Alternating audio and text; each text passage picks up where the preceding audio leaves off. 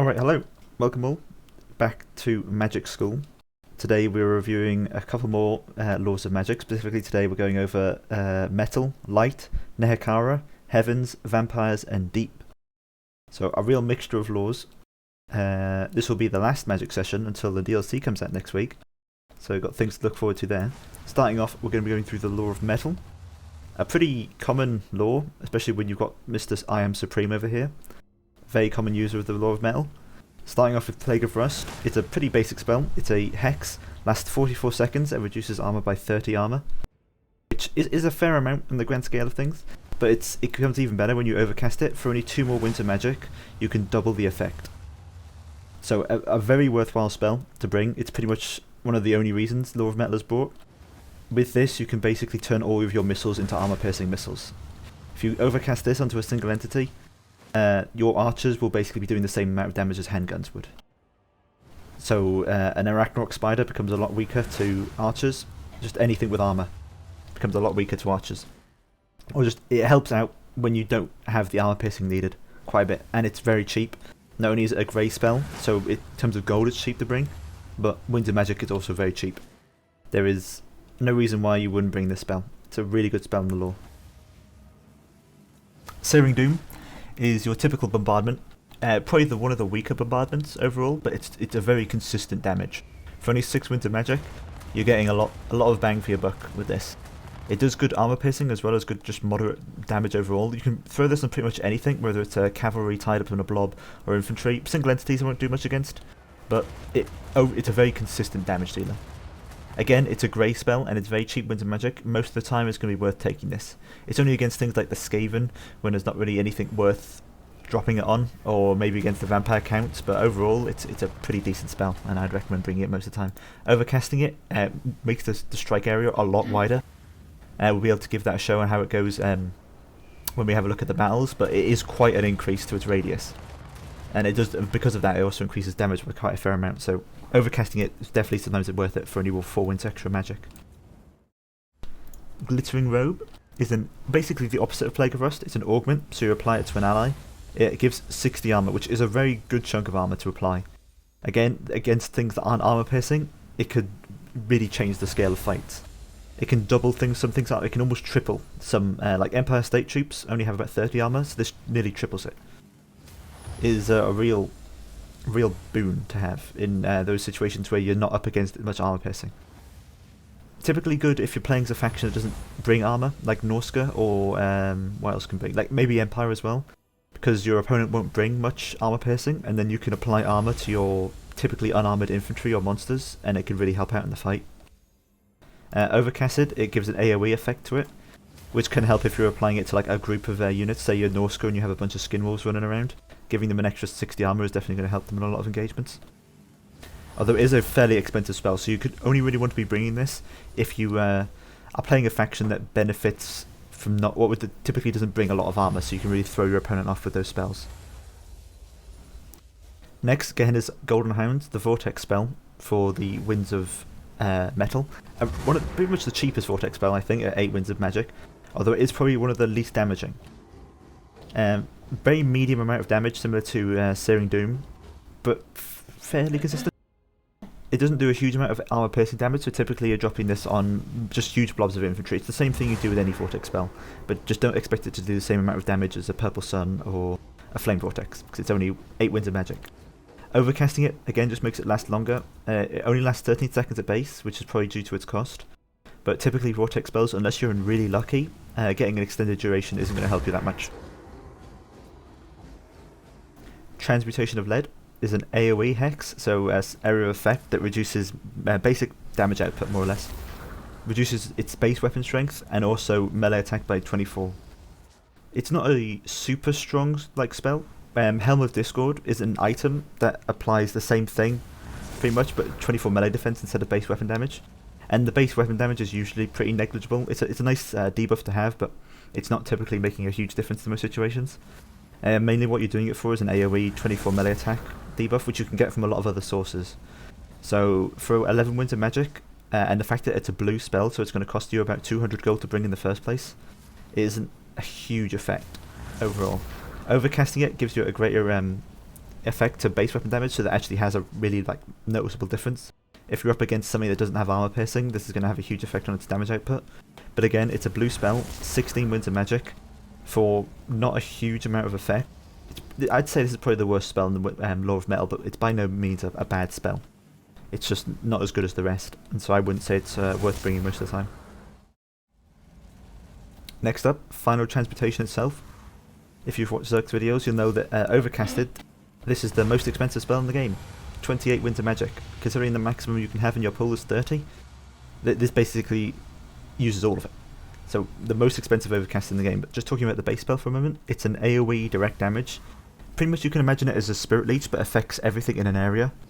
Which, if you have a lot of enemy units really close together, that this can do a seriously large amount of damage. This works very well against groups of single entities. So say you have a hero and the two lords, two heroes and a lord, hanging out together along with like single entity monsters. This is going to do a huge amount of damage. It lasts 8 seconds, but overcasting it doubles that. But that also doubles the effect, the damage it does. This can do like about 1,000 damage to each model that it touches. So it's a very damaging spell. Typically, like it says on the description, only really useful against single combatants, so like again, single entities. Not really used for mass infantry, unless that's really elite infantry like Chosen, because it's going to be killing models more than it's going to be doing overall damage. But a very strong spell. Lots of damage overall. It's probably worth bringing this most of the time, unless you're not expecting a very large amount of single entities for whatever reason, whatever faction you're facing. Then it probably isn't worth bringing it, because it's not typically good at sniping artillery or ranged units very much. It's only really for dealing with a lot of single entities at once. For some reason this is here. But that's the overall thing with Law of Metal. It's the casting effect of Law of Metal. If we just take a look at Balthar Gelt himself. There he is. The casting effect, I believe it applies, just your entire army gets extra weapon strength, armor piercing and base, for 13 seconds. So notice that this doesn't apply to ranged missile strength, so this casting effect comes most in handy when you have a very melee focused army, which is why I'd say Law of Metal is really good for, it's good for Empire, but it also works really well for Norska, in my opinion. If we take a look here, Norska can bring the Shaman Sorcerer of Metal, a very good fit into this army. If you're going Norska, the laws of magic they have access to are all pretty good, but if you can't make up your mind, Law of Metal is going to work out most of the time. Anything else special going on with Law of Metal?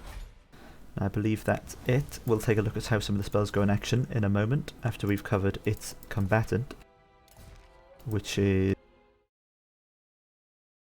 Law of Light. Where do we even find Law of Light? I'm trying to think. I think Empire definitely have access to Law of Light. Where is it? Light Wizard, there you are. So Law of Light, again, similar to Heavens, a typically underused Law spellbook, but its spells can be found in a lot of places. So as a whole, you don't usually see light magic that often, in terms of the lore itself, but you do see its spells spread out amongst a lot of different characters, which we'll go through in a moment. Starting out again with the cheaper spell, Far's Protection, I want to say. Probably not Protection, I'll just call it Protection. Applies 24 melee defense and 30 armor to a friendly target. That's 22 seconds. This is, again, a typical augment you're going to apply to your frontline unit that's in combat, preferably against a unit that isn't armor piercing, so you can make full advantage of that 30 armor as well. It's just going to help them a lot in terms of combat stats. 5 winter magic is about the cost. It seems like maybe you could get this for 4, but the 5 is what it's priced at, so you could say it's a little overpriced, but overall, a pretty decent spell to be throwing onto a frontline unit anytime. Overcasted, it just becomes an AoE, so if you have a tight formation, then you can apply this to everything in its area of effect, which is just going to make the more units you hit with this, the better. Shem's Burning Gaze is the magic missile of the Law of Light, dealing magical and fire damage, which is important to note, so that not only does it do the magical damage, but fire damage, so anything weak to fire will also take bonus damage from this. It's your typical magic missile in the regards that it's mainly focused towards single entities. Again, single entities weak to fire, so firing it to kill trolls off. Morga has a magic resist, so not great there, but any lords with regeneration, so like Throg, any lords with a weakness to fire, like any tree lords from Wood Elves, it's just a really decent magic missile. Even if they don't have a weakness to fire, it's a decent magic missile to be firing at. But primarily focused against single entities, single targets, or just monstrous infantries where you want to be killing off models. Has a pretty decent range as well. Overcasting it just increases the armor piercing damage so that it's better against armored targets. Also just overall damage just will increase. Armor piercing is of course a damage that can pretty much not be stopped by anything except from, well, in this case nothing except from ward save. So it is basically just a flat damage increase. Whenever something's got an increase to armor piercing damage, you can basically just think of it as a flat damage increase to everything. Because armor piercing negates armor. Pretty unique spell. Augment here is an error effect augment that applies Unbreakable. Applying Unbreakable isn't as good as a unit just having Unbreakable as base. Because if you are trying to apply Unbreakable, it's not going to help too much unless you're up against something that causes Fear or Terror. If you have units that aren't immune to psychology, and you're up against units that are causing fear and terror to your army, then this can help them hold out long enough so that you don't get affected by that terror and run. But if you're trying to use it as a last minute holdout, like say you've lost the battle and you just want to put Unbreakable on your whole army, it's not going to help a lot. Typically if you need Unbreakable on your army, you've already lost. It's only good in those situations where you're dealing with fear and terror, overall. Overcasting it just increases the duration. Which, I mean, for 4 extra wins of magic, it's probably worth it. The Unbreakableness and that lasting twice the amount of time is going to help out a lot. Because again, you're trying to get rid of whatever's causing fear and terror while you still have the Unbreakable activated. So a pretty decent spell overall, but only really useful in very situational circumstances. Net of Amatok, I'm sure everyone's seen this one quite a lot. It is a net spell. I think it is the only real net spell. That is just a net and nothing else. All it does is net the enemy target down for 20 seconds. It's got quite a short range, so the caster typically has to get pretty close to them. This, of course, you want to pair with whether or not it's a unit that's charging, that you want to charge into yourself and make full advantage of your charge bonus, or if it's just a unit that you want to pin down and shoot. Nets have uses all over the place. So, I've been joined by Psycho. Hello. Hello there, Hello. Mr. The rules. Oh, yeah, I don't know why my name got changed to that, but there it is. I think it was Champion of the Great War before, so I can't complain. Yeah, it was, and oh, come on, Willow, you know who changed it. Yeah, of course I do. But I don't know why. But anyway, we just went over Law of Metal. We're going over Law of Light right now. Just going over Net of Amatok. Typical net spell. Overcasting it makes it an error effect as opposed to just a single target, which you've got. If you're trying to pin down a huge mass of units, that's going to help out quite a bit, although it does double the cost. Usually you're doing that to blobs of cavalry that's about to hit you. Or if you have like a goon squad or something. Yeah, hero squad or something. Goon squads. Yeah, something like that, where you want to either shoot the target that you're pinning down, or you just want to make full advantage of your charge bonus while they don't make full advantage of theirs.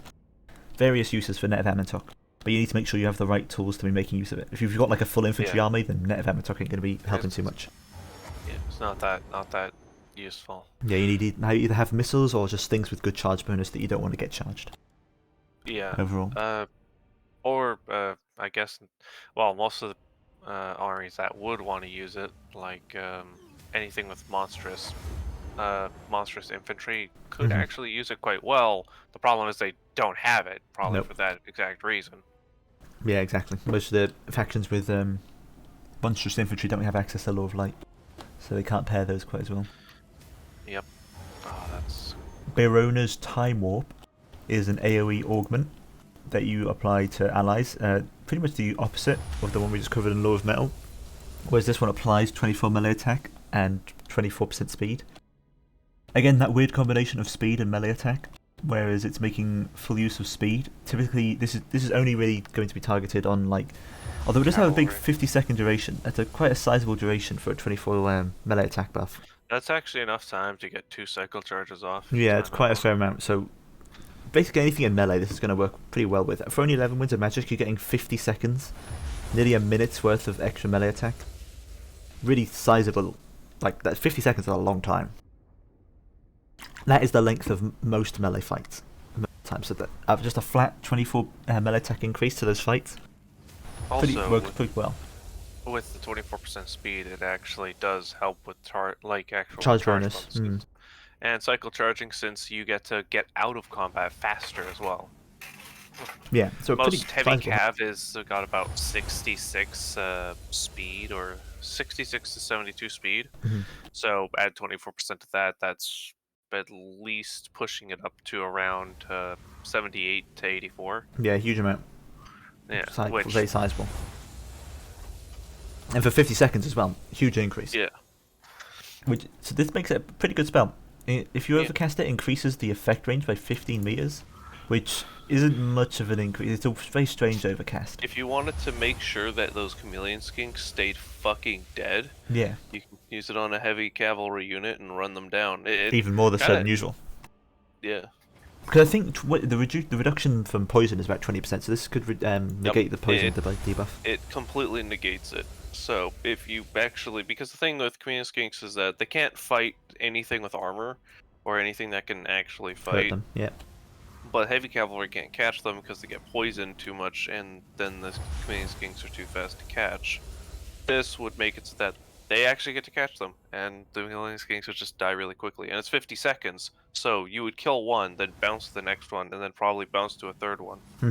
If they don't just keep running. Yeah, so like Psycho said, this is a really good pairing, I'd say, with Heavy Cav overall. Overcast is a bit unnecessary, but just as a base spell, 11 Winter Magic works pretty well. Next, a very famous Vortex spell, Banishment. You see this one a lot. Talking about this at the end, but first going through Banishment is the fact that it's a very decent Vortex spell. Very up there with like Purple Sun, Flame Vortex. It's going to do a pretty sizable amount of damage, and it lasts a good duration of time as well. Though, granted, a lot of different heroes and lords will have it as a basic ability, Yeah. which is why you see it a lot more. Yeah. But again, it is rolling the dice on if you'll actually do something or not. Sometimes it'll go right through the enemy unit and then through yours, and then bounce over to one of your other units. Yeah, but you can place it in certain places to make sure maximizing the effect, like placing it in the back line on top of an archer unit, just trying to get the most value out of it just from that initial hit. Should obviously notice Banishment, similar to Purple Sun, has that sort of pull-in effect, so everything's going to be taking just a bit more damage. Interestingly enough, is when you overcast it, it's just a flat increase the damage. Not an increase the duration that you might see from other Vortexes, it's just a flat increase the damage. Which for another extra, I'm not exactly sure how much extra damage that does, but a flat increase the damage is basically, it's going to affect it the whole way through. So from when you first put it down to when it's moving, it's going to pretty much guarantee that it kills infantry models, more than likely. But also, in most cases, the banishment's usually strong enough, unless you're like dealing with heavily armored units or high health units. Yeah, like high Black HP, Orcs or like Chosen, yeah. Yeah, Chosen or Black Orcs who can actually withstand the initial brunt of it. It's you could probably just cast it normally and it's fine. Yeah, it's your typical Vortex spell. 24 winds of goddamn magic is a lot. A lot, yeah. That is again like how we find overcasted Final Transportation, 28. You can have a max 30 stored at a time, so this is quite an amount to be putting into a spell. So you better make sure you're getting your full use out of it. But yeah, that is the Law of Light. Looking at the Law of Light's effect, I believe it. Yeah, there you go. +4 leadership and immunity psychology for 11 seconds, map wide, which does make the whole unbreakable effect even worse in that regard, because when its only situation is really helpful against fear and terror, and the casting effect itself already grants leadership and immunity psychology, you don't really need the added unbreakableness on top of all that. More than likely not going to help you. Yeah, it's super situational, and the fact that, like, I could see it being useful in keeping units from, like, from being broken. Yeah, but if to the point where they're going to be broken, then they're probably either no use to you or you've already lost the battle. Yeah, it's a scenario of this has gotten really, really bad, and you've either, one, made decisions that cripple you, or two, picked units that aren't useful in this battle. Yeah. Like, you know who would love this? Trolls. Yeah, trolls would like unbreakableness, but they'd also like immunity to fear and immunity psychology and leadership. And, you know, a net. And fortunately, there's no light access with trolls. Again, that's just how it goes. Norskin Chaos don't have access to light. Or greenskins or whoever else gets trolls. Yeah, because it would actually be good. Yeah. So looking back at Law of Metal and Law of Light, Law of Metal is just a pretty good all-round thing. Its spells are sort of situational, but you can sort of flip them out depending on the situation. I found Transmutation of Lead is really useful against dwarves most of the time Oh yeah. because of the fact that -4 melee attack is like devastating. Like you could have basic anything with some form of armor piercing. You because again most great weapon units have low Low melee defense, defense, yes. but the dwarves might have a high melee defense, but their attack is really bad once you drop that down and you drop their base attack since most of them aren't Aren't armor armor piercing in piercing, the yeah. first place. Uh, That can definitely hamper they them. will. It's a scenario, and also it's 38 seconds, so that's long enough for the frontline fight to eventually drag down, and the uptime is actually pretty short. And even if you don't Like, have armor piercing units, you can just throw a Plague of Rust on them as well. yeah, that Overcast too. it for -60 armor, which will Yep. definitely half most dwarven infantry. I think only Ironbreakers won't get halved by that. Yeah. Like you But could yeah. drop that, or if you want, you could like cast both of those, and you've effectively defeated whatever dwarf front line you're facing. Because losing 24 melee attack is effectively turning them from having some attack to none. Yeah, it all works pretty well. Yeah. So yeah, Law of Metal works pretty well overall. You can switch out the spells depending on the situation, but overall, Law of Metal is going to work out mostly in your favour. Law of Light, on the other hand, isn't the best of laws. It's a real reject law up there with Law of Heavens and the fact that there are just better laws out. If you There are want the better magic, lores, but it's also, well, I wouldn't say it's a bad lore, just no, very situational. just relative to the other laws that usually are available with light, like life and fire. Just there's way better options out there. The only thing you usually see a lot of is banishment, but most units Yeah. like the slan, a life slan, will get that Yeah, as a bound Lifeslan, ability. Volkmar, Yeah, and that sort of thing. you're going to But see banishment more as a bound ability than you are as a spell all the time. yeah, like something like Life has, I guess, just more usability because healing is so powerful. But And fire just has better as damage overall. yeah, Light is still has stuff that is useful, like the melee attack buff and this net, and also Shem's Burning Gaze, which is really accurate. And Like quite it fast never moving missile misses. as well. Yeah. Yeah, so it's hard to dodge. Like there is utility in there that's useful. Like Yeah. you could probably bring like a naked light wizard with certain spells. Yeah, with certain dice, but again, yeah. It's Shem's like having it with Shem's Burning Gaze, which is 5 magic a pop, and they probably have like a Power Stone for Empire too. Yeah, and some other ones. You could probably just sit there and just do that over and over again, and then have the one net to net down a Lord, especially if you've got a Goon Squad of your own. Like there's ways of using the light lore. I wouldn't want to like just reject it just outright, because. yeah. It just does have problems competing with other laws. It's Yeah, you to wouldn't get you access wouldn't to. use it as the only lore available No. to you unless your strategy is mean Oddly net, specific, be yeah. snipe. Unless you're going like some, you're the typical Luminarch Yeah. of Hish, apply just net. In fact, bring 2 nets. You bring 2 light wizards, both with a net, and then you Yeah. just net down and shoot stuff. But it's not a good strategy. It doesn't work out. Transmutation of lead and other AoEs will better in the next patch since AoE spells don't need to target majority of a unit to work anymore. Oh. Yeah, that's what Logic pointed out. That's a good point. Big Yeah, that will brain be logic. changed. All this is going to be changed next week, so it won't even matter. Yeah. Um, But the other thing about Transmutation of lead that I like is how massive its AoE is. yeah, it's got a quite. You can upgrade it as well. No, you can't. It is a Which is nice. ridiculous AoE. It's what, which again works really well for boxes because well, you just place it somewhere on the ground and they never move and they're stuck inside of it unless they run.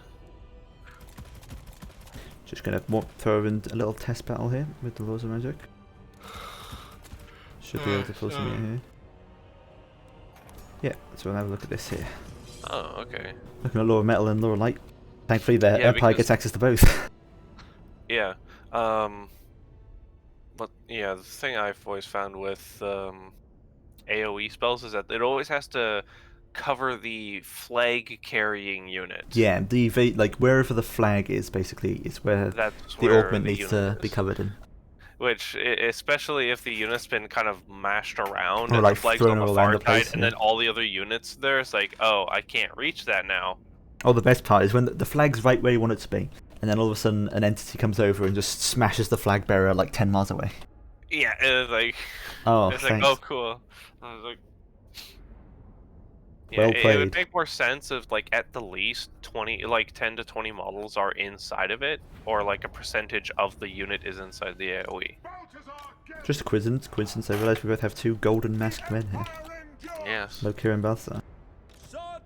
Gonna do a bit of a noob line here, just for the sake of science. Khalida. Actually, I'm moving and, back. Oh yeah, Wait, has Khalida got a metal mask, or is it like all stone? She does. It's a metal mask. It's a metal golden mask. Anyway, we'll start off with Law of Light, show off some things. First of all, we can get a good reading on how much damage Banishment can do, because of course the AI is just going to move forward. In a big long line. In fact, should we see how much an overcasted one does? Sure. Let's use like all the winds of magic. So. Let's take a quick look see here. So see direct cast to see how much damage it can do to a unit it spawns on. So it spawns on the unit, and it's about half its health gone. Yeah. So again, you shouldn't really be worried about where the vortex spell is going to go as much as you just want to put it on a unit. Just spawn it directly on a unit. Let's be very clear though, that was an upgraded version, not the regular. Yeah, the regular version. It'd be probably a third of their health would have just been gone. Now look here, it has no magic or flame resistance, so this is just going to be showing the general base damage of Shems. We can also see how much it moves by.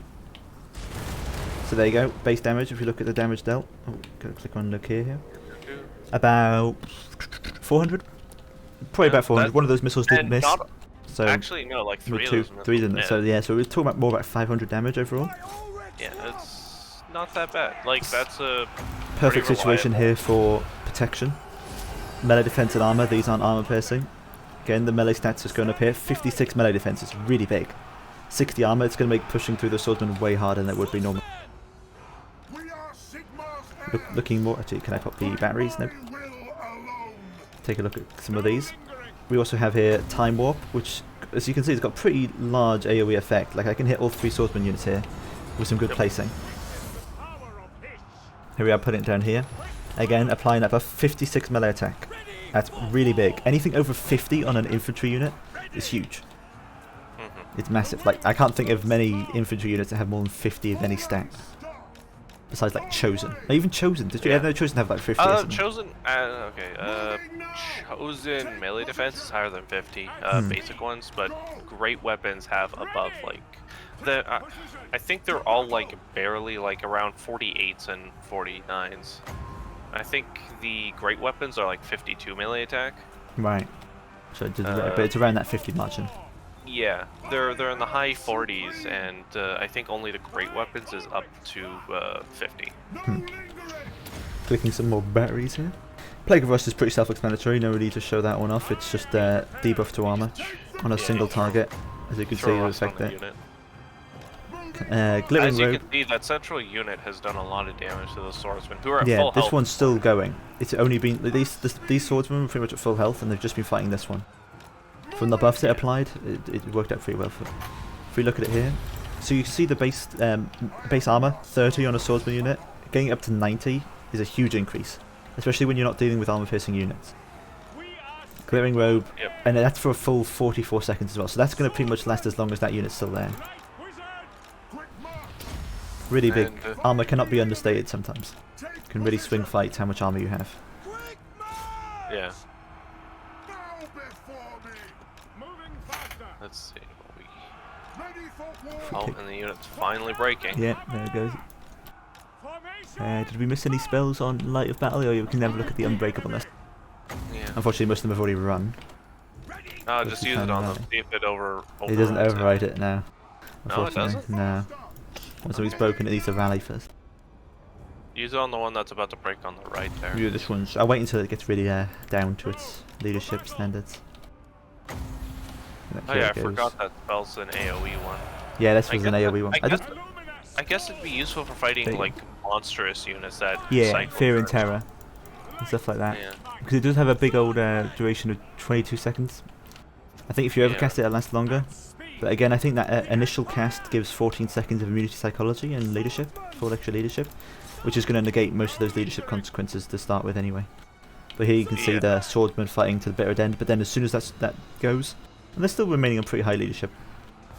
I think that's mainly because of the Bright Wizards there. Yeah. But the unbreakableness. So again, these wouldn't have. Okay, now they're going to ramp because they're getting charged in the back. But the unbreakableness, Oh, a bit of dear, an fell hard. awkward spell. You're not going to get much use out of the unbreakableness spell. Yeah.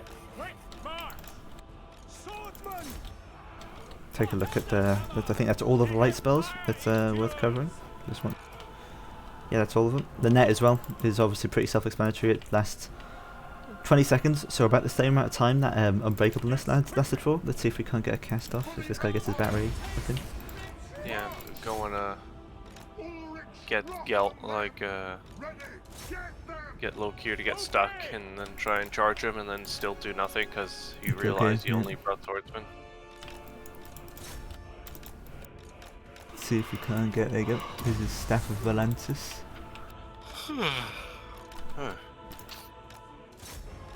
Let's see here. So. Oh, I thought it was 8. That's 9. Yeah.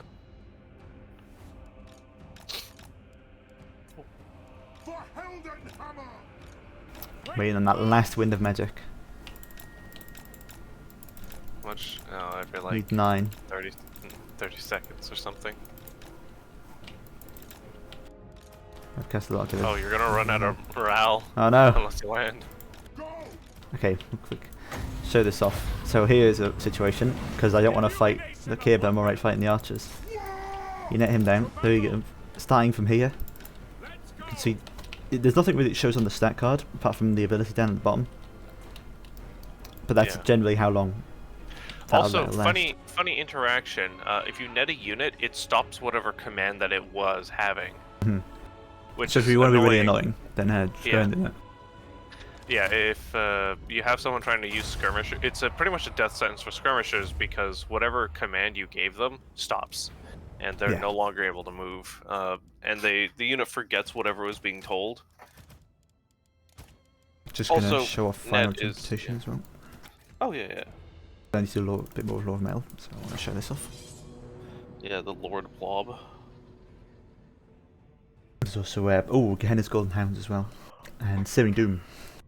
Yes, Searing Doom, reliable. I really like overcasting Searing Doom as well because it really increases the area effect. Damage and AoE, yeah. Yeah, so if we have a look at Searing Doom here, so this is the base sort of area. It's about the size of, you see one of these swordsman units, but you can overcast it and increase it by twice the size, twice the radius. The radius doubles. It's gross. Which also by scale, I think it doubles the number of missiles as well. Yeah. Go ahead and throw it on a moving unit. Do the worst thing. Yeah. Here we go. And it comes down pretty quick as well. Yeah. If I remember correctly. Boom! Look at that. But it is also a random area where it lands. But yeah, but since there's so many missiles, it's not particularly matters. That's half of 2 units. Yeah. Really strong. I think Searing Doom works really well against those low. It's a very all those infantry. It probably only wouldn't be worth it against skeletons, Skaven, and such, but against Dread Spears, Empire State troops, even dwarves, because it has okay armor piercing damage to it. Works out pretty well. Take a look at Gehenna's Golden Hounds. Hopefully we can hit a unit here. It's got a quick. It should be noted that Gehenna probably has the quickest charge up time of any Vortex spell, but again, it's not got the hugest damage output. In fact, it's got a really small damage output. You really need to throw it in that ideal location if you want to get the full amount of money out of it. By example, that was an 8 Winds of Magic spell. Overcasting Searing Doom is 10 Winds of Magic, and you can see the damage it did by comparison. So overall, I'd say overcasting Searing Doom is probably more worth it than the Gehenna's itself. Now over here, I'd like to show off. We need some more Winds of Magic, but I do want to show off what a overcasted Final Transmutation can do in terms of damage. Just need some magic build up. It costs 20. It should be noted, it costs 28 Winds of Magic, which is a huge amount of Winds of Magic. Here we go. Overcasted it here. So you can see these guys are on about 2,300 health. Watch as their health just drops down. It ticks every 3 seconds or so. You can see it dropping there. It's about halfway through. It's over halfway through its cast. Yeah, huge amount of damage to these single entities down here. At about 2/3 of their health in one spell cast. There's a reason why that Final Transmutation is so expensive. Even to the infantry, I think it did a fair amount of damage, which, all things considered, considering it's mainly for single entities, just shows that it's a really, really damaging spell. And of course, I think the only other thing there really is transmutation of lead. AoE debuff, I hope I don't break before I can show it off. I think I've got both batteries powered. Come on, there we go. So you're seeing here, so Dread Spear is typically 36 melee attack. Applying this drops it down to 12. And also it reduces the weapon strength, so normally they have about 28, getting dropped down to 22 now. So just an overall damage output decrease. It's got a fair size as well to it, so you can usually hit a good chunk of enemy units with it. Again, when it comes to AoE buffs and debuffs, you just want to be hitting as many units as possible. The more you're hitting, the more value you gain. So always aim for those perfect situations where you can hit just like all their units at once, or all your units at once, depending on what you're casting.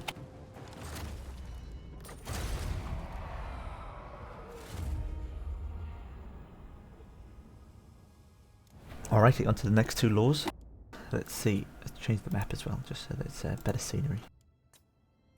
What we got, what we got, what we got? Lost Idols, why not? Oh, actually. Here I am just flicking through maps. Because I feel like... Storm Demon.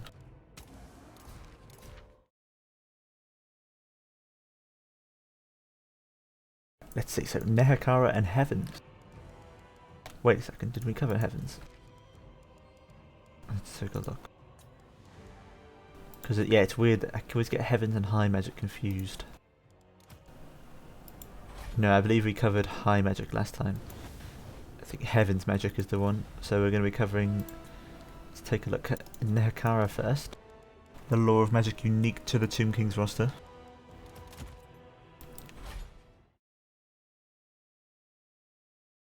Alright, so take a look at this. So, Law of nehekhara is a law unique to the Tomb King's casters. It was added with the Tomb King's DLC. Can only be used by the Tomb Kings. And let's starting off with probably I think this is the cheapest spell in the game. 3 Winter Magic, Dejaf's Incantation of Cursed Blades. It's just an increase to weapon damage. Now, on a base sighting, it doesn't look that impressive. 3 Winter Magic, 25 seconds for 25% extra damage. It's not a huge effect, but the main worth of it comes from talking about the casting effect for nehekhara right now. Is that whenever a spell is cast, you regenerate 56 hit points to all units on your side. And that includes resurrecting dead combatants as well, so it's not like Law of Life Healing. Units will be resurrected. So just every unit will receive 56 hit points in healing. Which is pretty helpful for Tomb Kings, because their only healing comes from this, and from their overall effect and ability that the Tomb King army has. So if you're able to throw out just 3 Winter Magic cost spells just every now and again, every time it's on off cooldown, just keep throwing those out over and over again, you can get a good couple hundred healing in the course of the battle, which can, overall, it's going to be definitely worth it in value. If you think an Earthblood is however much Winter Magic, and it's about 400 healing per model it hits, this hits all units for 50 healing, for basically 3 Winter Magic. Depending on how, if you have a full stack of 20, this actually gives more healing than an Earthblood does, for 3 Winter Magic. So definitely should be worth noting that you don't read these spells with you always have to take into consideration the casting effect that you get. Some lords get multiple casting effects, which just makes it even better. So cheap spells like this take full advantage of that casting effect. Overcasting it gives a bonus versus large effect, quite a sizable one as well. 16 bonus versus large is like more than most spearman units. Apply this to like pretty much any unit and it basically becomes a spearman unit, which people can, for only 5 Winter Magic, and the fact that it's pretty hard to read, you can throw this on a swordsman unit that might be engaging some cavalry. The enemy would think they're doing really well, and then all of a sudden they have 16 bonus versus large. So again, looking at the Tomb King's roster, say nehekhara warriors, they get charged into by some cavalry. It's not looking great for them, but then you can go ahead and throw 16 extra melee attack onto their weapons and 16 extra weapon strength. Every time you guys a spell, you heal stuff. Yeah, just went over that. Just went over with that with the healing because how cheap the spell is. You can just keep casting it over and over again. And for only 2 extra Winter Magic, if it's engaging a large target, sure, overcast it. It's only 2 extra winter magic, worth it. Or you could throw it on cavalry or something. Yeah. Or like Necropolis Knights. Yeah, just anything. Anything. Again, which honestly, if you're getting more value out the healing than you are the actual spell itself. Just from that, because like it's 50 per unit, which is like I said, more healing than Earthblood. If you hit your entire army. So yeah, a grey spell, really cheap in winter magic, really good for setting off your casting effect. Always take it. Only heals undead, not constructs. Yeah, it's only your arm. Yeah, but it's only. Oh yeah, it does also. Yeah, that should be important to note that it does only heal constructs. The restless dead effect only targets undead enemies, allies. So if you're going for a full infantry, full skelly blob, then it's gonna be really powerful. Hey, Lycus, how you doing? Hey. Talk about Nero's protection while I go get drink. Go, Lycus. Full time. Go. It gives you physical resist, guys. Yeah, pretty much. It's a really useful spell, 44% physical resistance. I mean, it's only 18 seconds, but 6 winds of magic basically costs you nothing, and plop that on a hero or lord, and you're If someone basically... tries to use Final Transmutation on you and you're like, guess what? 44% physical resist because it doesn't do anything to spells. It's just a really, really good spell that you could probably take on every occasion. I can't imagine, like... You literally Those throw it on any any of your situation where frontline this units would be bad. don't want to die. Like if you got a bad matchup or something, and also the fact that Tomb Kings have shit armor, unless it's on their constructs. I mean, you want to use this probably on a more expensive unit, like... Well, that's I'm what back. I'm thinking, like Tomb Any Guard tomb. or something. We're talking about. Oh yeah, Nero's protection, incantation. Yeah, 6 winds of magic, 44% physical resistance, really good on a lord, or something you don't want dying because it's been targeted. Overcasting it just doubles the duration for an extra 4 winds of magic, which you typically are doing it for the duration, but at the same time when you're miscasting you're risking taking damage, and you're probably casting it on something you don't want to take damage. So it's a bit of counterintuitive there, so probably worth just casting it at base. Yeah, you What do you really don't want to have your lord dying. No. So this works especially well with like Cetra on his Sphinx or on his Chariot. That's the main source you'd probably be using it to really reduce the risk of your lord getting sniped by missiles at least. Like of course with Cetra on his War Sphinx he's going to be a good target for missiles. This is, unless they're magical missiles, which they probably aren't unless like Sisters of Avalon, then it's going to be just a flat decrease the damage by 44%, which is a good chunk. That's halving it nearly. So pretty good spell overall, probably worth taking 90% of the time. Betrayal's Incantation of Righteous Smiting. These names are really long. This one is pretty much the ranged version of the Jaff's Incantation of Cursed Blades. 6 winds of magic, and it increases the missile strength overall just by 40%.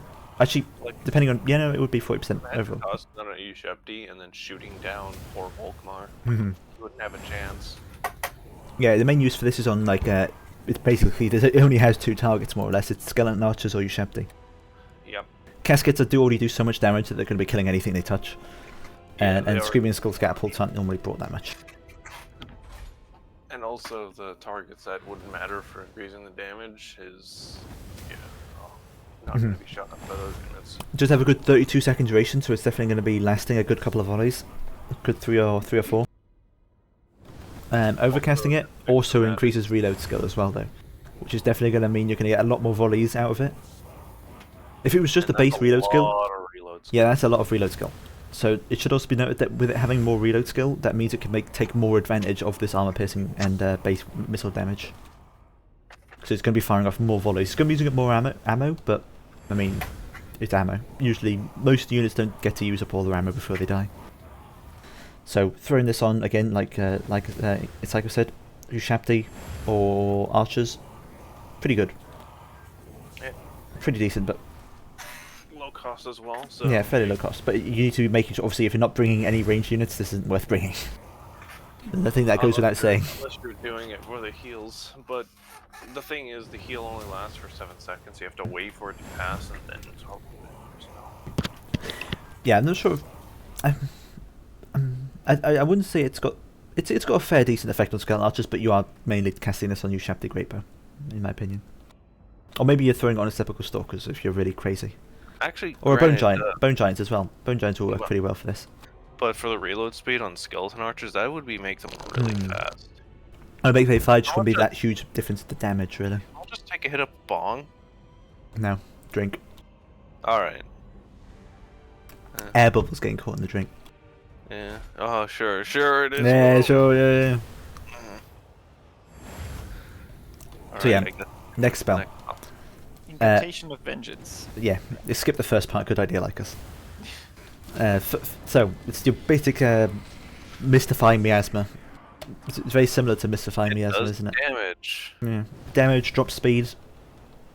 Only mainly good against infantry, opposed to anything else. Usually weaker Plus a shit infantry ton as of well. points of magic, actually. Yeah, 11 Yes, wounds of magic. 11. We'll have to test it out to see how much exactly damage it does before we can make a final judgment. It's kind of bad. I don't think it does anywhere even close No. to half the unit, even for weaker infantry. The only useful thing is its slowing effect. Yeah, Like, that's- 24% that's slow not- speed, but that's like I'd poison. view it- yeah, I view it more as an actual slowing spell rather than a damage spell. Yeah, it does have a Like, duration of full 24 seconds, so that's going to be lasting for that duration as well. like if you got a bunch of nehekhara horsemen and you want them to catch some skirmishers, you'd use that spell probably. Well, I have to have a full test of the damage when we get into battle in a minute, but overcasting it has a greater effect on speed, so it halves the enemy speed. Again, that's for 24 seconds. Just take kicking in more into account. This is more of a slowing spell, but we'll have to see Yeah. what its damage is like to make a firm judgment. But The damage, I feel, is more just icing on top. yeah, which a slowing spell, not 100% necessary for Tomb Kings. I feel like most of the Yeah. units, like nehekhara horsemen, are already pretty fast. Yeah, They're the going to only be casting reason most you'd wanna skirmishers use it- already, so The only really thing you'd want to use it on is actual skirmishers that have like 90 speed. yeah, something like that. Yeah, but even then, Even then, it's Not worth the winds of magic. You could have just brought you more. get almost 2 of the protection spells for that. Yep, and just protect your guys until they run out of ammo. another thing with this being an You get expensive more spell. healing out of it with You the don't get as much healing, yeah. Will you be able to pick Arcan subfaction to pick Shadow Lich to compare to NECA? Oh, then no, you can't pick the Shadow Liches. Yeah, the Shadow Liches are a campaign exclusive unit, yeah, yeah. unfortunately. Although I really wish they did. They should be. I mean, it's just access the Law of Shadows. Just give us Law of Shadows. But and then like that. give it to Katep's faction or something, because Arkan already has stuff. Yeah, okay, fair. and it already And makes for Katep, it Arcan. would make sense. Yeah, Fine. We're in the Also, fun. it would actually give Tomb Kings an actual lore of magic that isn't mostly useless.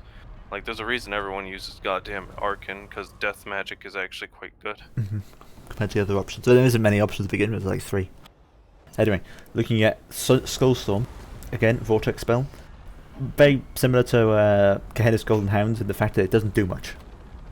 It lasts full 27 seconds, so it's going to be a bit of a mine for the units to go around. Maybe a good disruption of formations and stuff, but it doesn't do a lot of damage. I don't think really. it's also a really small area of Yeah, effect. that's mainly the reason why it doesn't do any damage. Just like, yeah, it's there, and it's like, oh, that's cool. Walks out of way, and it's like, oh no, we lost Ted, guys. He's dead, not Ted. No. Oh no. There's a lady, run. It's- But yeah, typically, I think this does come as the bound ability is Katep, which is probably you're going to see it way more as that than you're going to see as anything else. It's Yeah. not a great vortex spell. It's probably one of the worst sides. So overcasting it increases that area effect, so it becomes more like a flaming storm sort of thing. And it actually gets to because the thing is, it's also cheaper than a flaming storm, and with the upgrade, it gets to the size of a flaming storm and costs the same as a flaming storm. So, But does less. Actually, it does major. I'll have to give it a C, but I'm fairly certain it's not as good as most vortex spells. yeah. Definitely on the worst side when it comes to vortex spells. Well, we might find out. It's like, well, we'll this see. actually isn't that bad because we never upcast it. But here's the thing: if you're needing to upcast something, You risk that miscast chance. on a faction that unless you're using one of the shitty lesser lords, Yeah. like if you're using on Which your we're main only one, using if you're Cetra, bringing like Katep, basically. Not Katep, Yeah. Khalida. no, which if you're or bringing the Khalida- Tomb King, Oh yeah, if you're bringing the Khalida or the Tomb King, which if you're already doing that, there's something very you're- wrong. something has gone horribly wrong. But yeah, Anyway, Incantation of Desiccation. Skip the first part. It's a Helm of Discord yeah. with a slightly For bigger 15 radius, months magic. I believe. I forget. Actually, I want to check this. So effect range 40 meters. Let's check what Helm of Discord is. Of course, I know where it is because everyone Isn't knows it which. 20, Yeah, it sounds more like it. 30. 30? Okay. 30. So when you compare that to an extra 10 meters and it's 11 winds of magic, 15 winds of magic.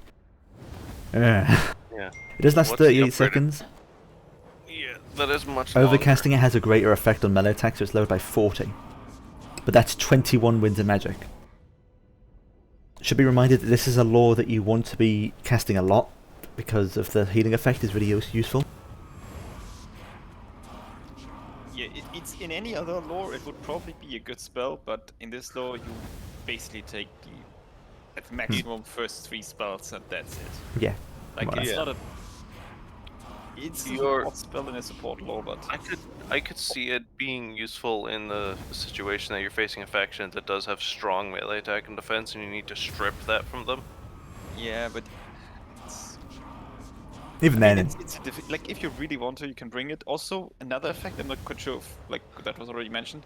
If you like really want to meme and bring Katep, you have he has a staff that adds 15 seconds of recharge, ability recharge to every enemy lord or ability. Oh, whenever the he lit casts staff. the lich stuff. So like you even like you get twice the value of out of casting as often as Yeah. possible. You get healing and you get the lich stuff. yeah. So like you kind of double down on the cheap spells that you can cast a lot of. Yeah, Lore of nehekhara is really focused on those cheap winds of magic spells, so like these 3. Overall, it's basically a support. It's a support magic. It's not really brought. Its damaging spells, 2 options for damaging Yeah. spells are both really bad. So overall, it's mainly brought for its. There are Supportive. situations maybe to bring the other more expensive spells, but that's again highly Few and far situational between. and dependent on who you're up against and what you're trying to do. And again, Tomb Kings don't really need the damage spells as much as most factions because they have caskets and they have all these Yeah. options for sniping. Like a bone giant's just going to fire off a fireball every 5 seconds or so. Effectively, yeah. Yeah, so you don't even need to bring like your own magic missile or anything. And in terms of vortex spells, caskets will do way more damage than any vortex spell would. It should also be noted that caskets also give extra magic as well, which just lets you Yes. fire off even more of these cheap spells for that healing.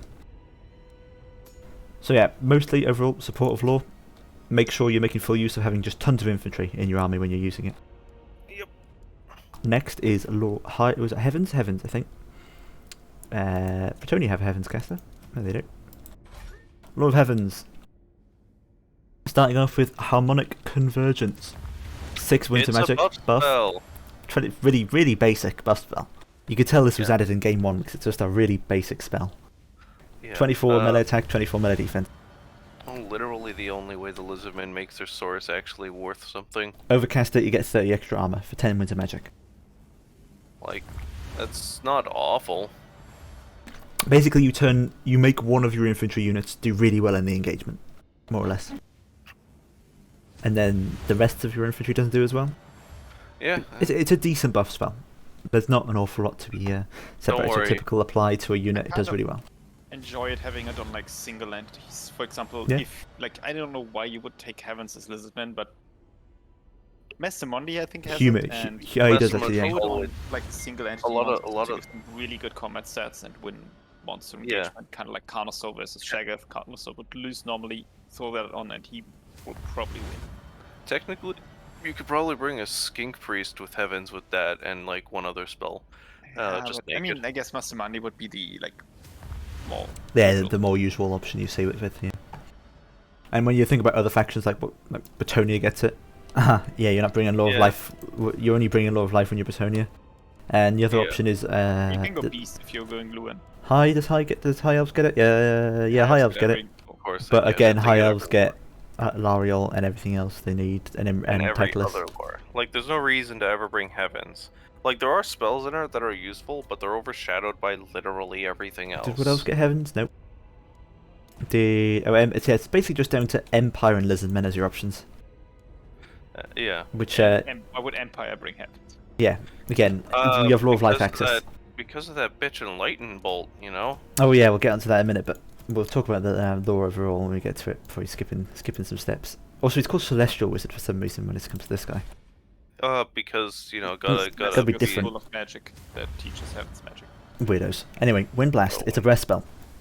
Overcasting it increases the damage. 8 winds of magic. It's not that bad. It's yeah. okay. It's your very standard breath spell. Not that it's bad. It's pretty good in fact, but it's a breath spell. Yeah.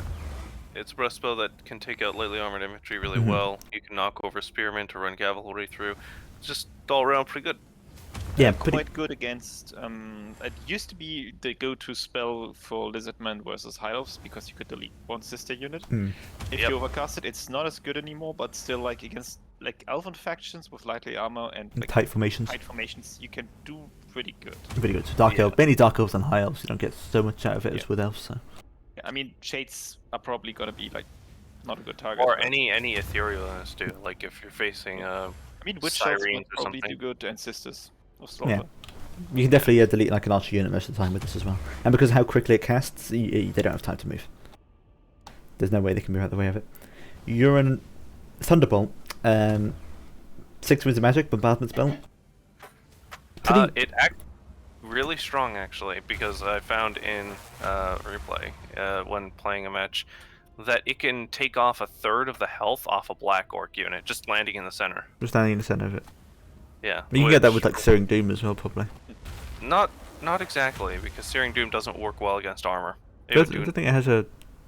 I don't know if it says in the unit card. I don't think it says about it, but it probably does have not great but damage this, values. this has the ability to actually punch through armor really easily. Yeah, this is more focused at killing like models as opposed to doing overall damage, I think. It's the artillery Yeah. sniper. Mm-hmm. If But, you don't yeah, have it access has- to the artillery snipers. Yeah, you've put it on you either firing at enemy artillery, or you've got like a very nice blob of like Cyber said, those high health models. high health units or heavily armored units that you want to just delete. Yeah, so it's because it's got that small strike area, so it's not typically that good And against it's like a fast cast time. It's like yeah, 3 really seconds. fast. It's really not very easy to move out of. It's really fast in terms of a Yeah, bombardment so spell. I wouldn't say it's again another pretty good spell. Yeah, pretty decent. And overcasting it increases the explosion and the direct armor piercing of it. Which I don't know how much of effect that might have on artillery. We'll have to throw in some artillery. Either of you boot Yeah. up Total War so we can do a custom battle so we don't have to fight the AI. Yeah, so overcast 10 with the magic, a base of 6. Overcasting you're getting it for 10. Doesn't affect the duration, as in the casting time. Just pretty good against those focused high elf models. We'll have to see Yep. how it does against artillery pieces in a moment. Next, Curse Curse of of the the Midnight Midnight Wind. AoE Hex reduces armor and melee attack. It's okay. Yeah, it's a debuff. It's pretty good. It's your Yeah, it's typical a Hex. mix of Plague of Rust with the minus. It's like, you know what it is? It's transitational lead, but instead of base damage, it's Armor, which is armor. better pretty much, I think. I don't think base Yeah. weapon damage is too helpful most of the time. Yeah. Armor It's definitely pretty helps much more than that. And it's an effect range of 40 meters, so you can affect Really the big. entire front line with this. Yeah, Curse of the Midnight Wind is pretty good. Overcasting it makes it last 50 extra seconds, which again, pretty Which good is climb. Pretty good. Doubles the effect for an extra 6 winds of magic, but it does get pretty expensive up there, 17 winds of magic. Pretty expensive. Yeah, but if you're up against like an orc front line of boys with 30 armor across Boys. the board, or swordsmen, you drop that and they're effectively got no armor. Yeah, and Yeah, most you basic shoot right infantry, through. you're going to not only drop all their armor, but you're going to drop all their melee attack as well, Yeah, and it's just, which can definitely help quite a bit in the frontline engagements. yeah, it's a pretty good spell. Next, Comet Comet. of Casadora. This is the opposite of the lightning bolt in the fact that it's all about big old explosions. Big old explosion that takes a fucking decade to Yeah, land. it takes a really long time to land. Yeah, it's got a nice shiny explosion effect to it though. And overcasting Yeah. it means it does a huge more amount of damage, but the It's main like a problem is just foot how of long it gore. takes to come down. It's effectively a foot of gore. Yeah, not quite as good as Foot of that's- Gork, I don't think. No. Nah. Whereas Foot of Gork could kill like a cavalry unit, like a Grail Knight. I don't think this will do as much. As I the Grail thought Knights. Casadora could actually kill cavalry units Yeah. outright as well. I always find it more it's just effective similar against just like damage. masses of heavy infantry. But anyway, it's We'll find out. it's a pretty Uh, explosive bombardment spell, more or less. And finally, the vortex spell. Yeah, the Chain chain lightning, It's a vortex spell. It's and a not- pretty damn good one for its Yeah. cost. Yeah. It is more on the 14 level of winds. like Flame Vortex, and for 14 wins, it's pretty good. Yeah. Wow, so much for a lore of magic that no one uses because it's bad, even though it has all these great spells. Yeah, it's got all these great cells. Again, you do see some of these in other classes, like Harmonic Convergence you see on Mazdamundi. Chain Yeah. Lightning, I know you see Chain Lightning on Techless, but isn't there somebody else that gets it? Titus has it. Who? Someone, the This has summoners. chain Yeah, I know Techless has it, but I thought somebody No, else had it. summoners. Oh, the of Summons of Rage. also Yeah, have the it. Summons of Rage have it. Don't they have a lesser version? Do they? Meh, it's a Chain Lightning, it's a Chain Lightning. But it's a pretty decent Yeah, one. it's actually a normal chain lightning, yeah. Ignores most. It's just good. You can throw it on any infantry cavalry. It's just a pretty decent vortex. I'd say it's the best, Yeah, just in terms of because relative to cost. cost. The duration is long. Like and Purple Sun's going to do more damage, obviously, but for its cost, Chain Lightning doesn't do that much less. Yeah. Compared to it, and you can throw out a lot more. Oh wait, I didn't see the So, overcast effect. In general, There isn't an Heaven's overcast. kind of- That's why.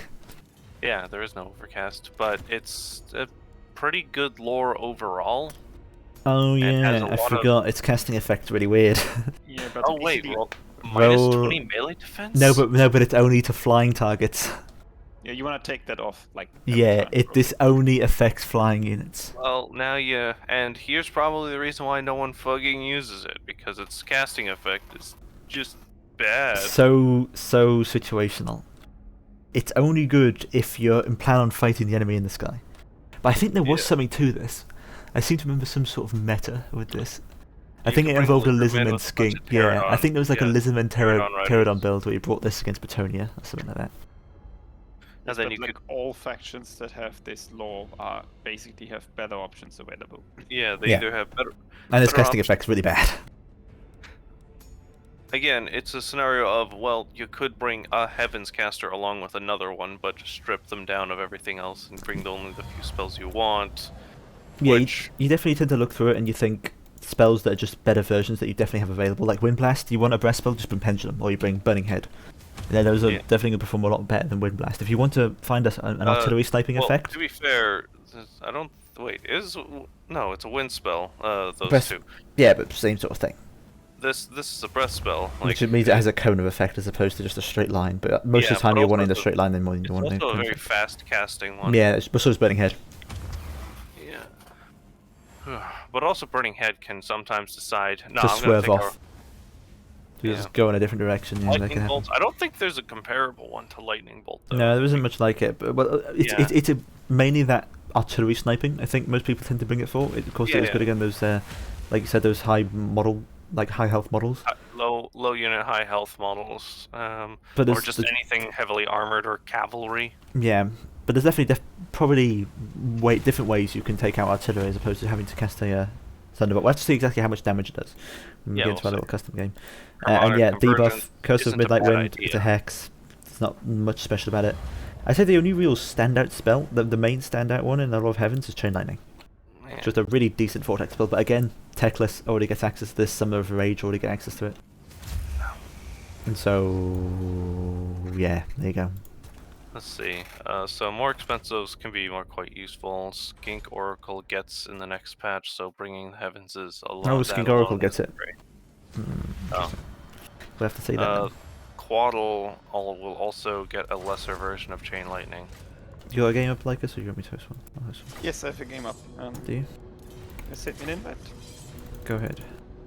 I ain't seen it. Yeah. Give me a second. Is it because you're offline? No, it isn't. Am I offline? Ooh. Oh no, there it is. I see it now. It's only got one slot now, though. Yes, the one you're not gonna spectate. Party of one. Alright, I'll go Tomb Kings and bring nehekhara.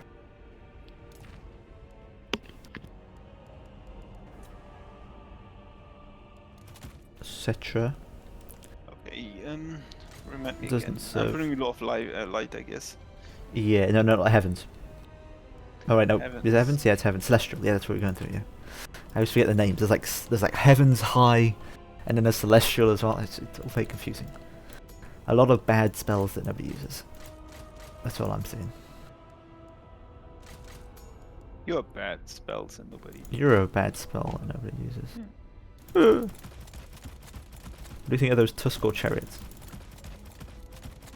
I haven't watched the video yet. So. They're looking pretty like they very much remind me of noble chariots. Put it that way, except for no healing, but more damage. Well, I'm ready. I just brought a ton of skeletons. Okay, yeah.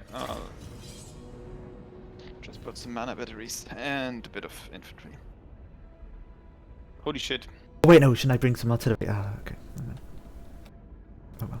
Dumb. I should have brought some artillery to see how much it does.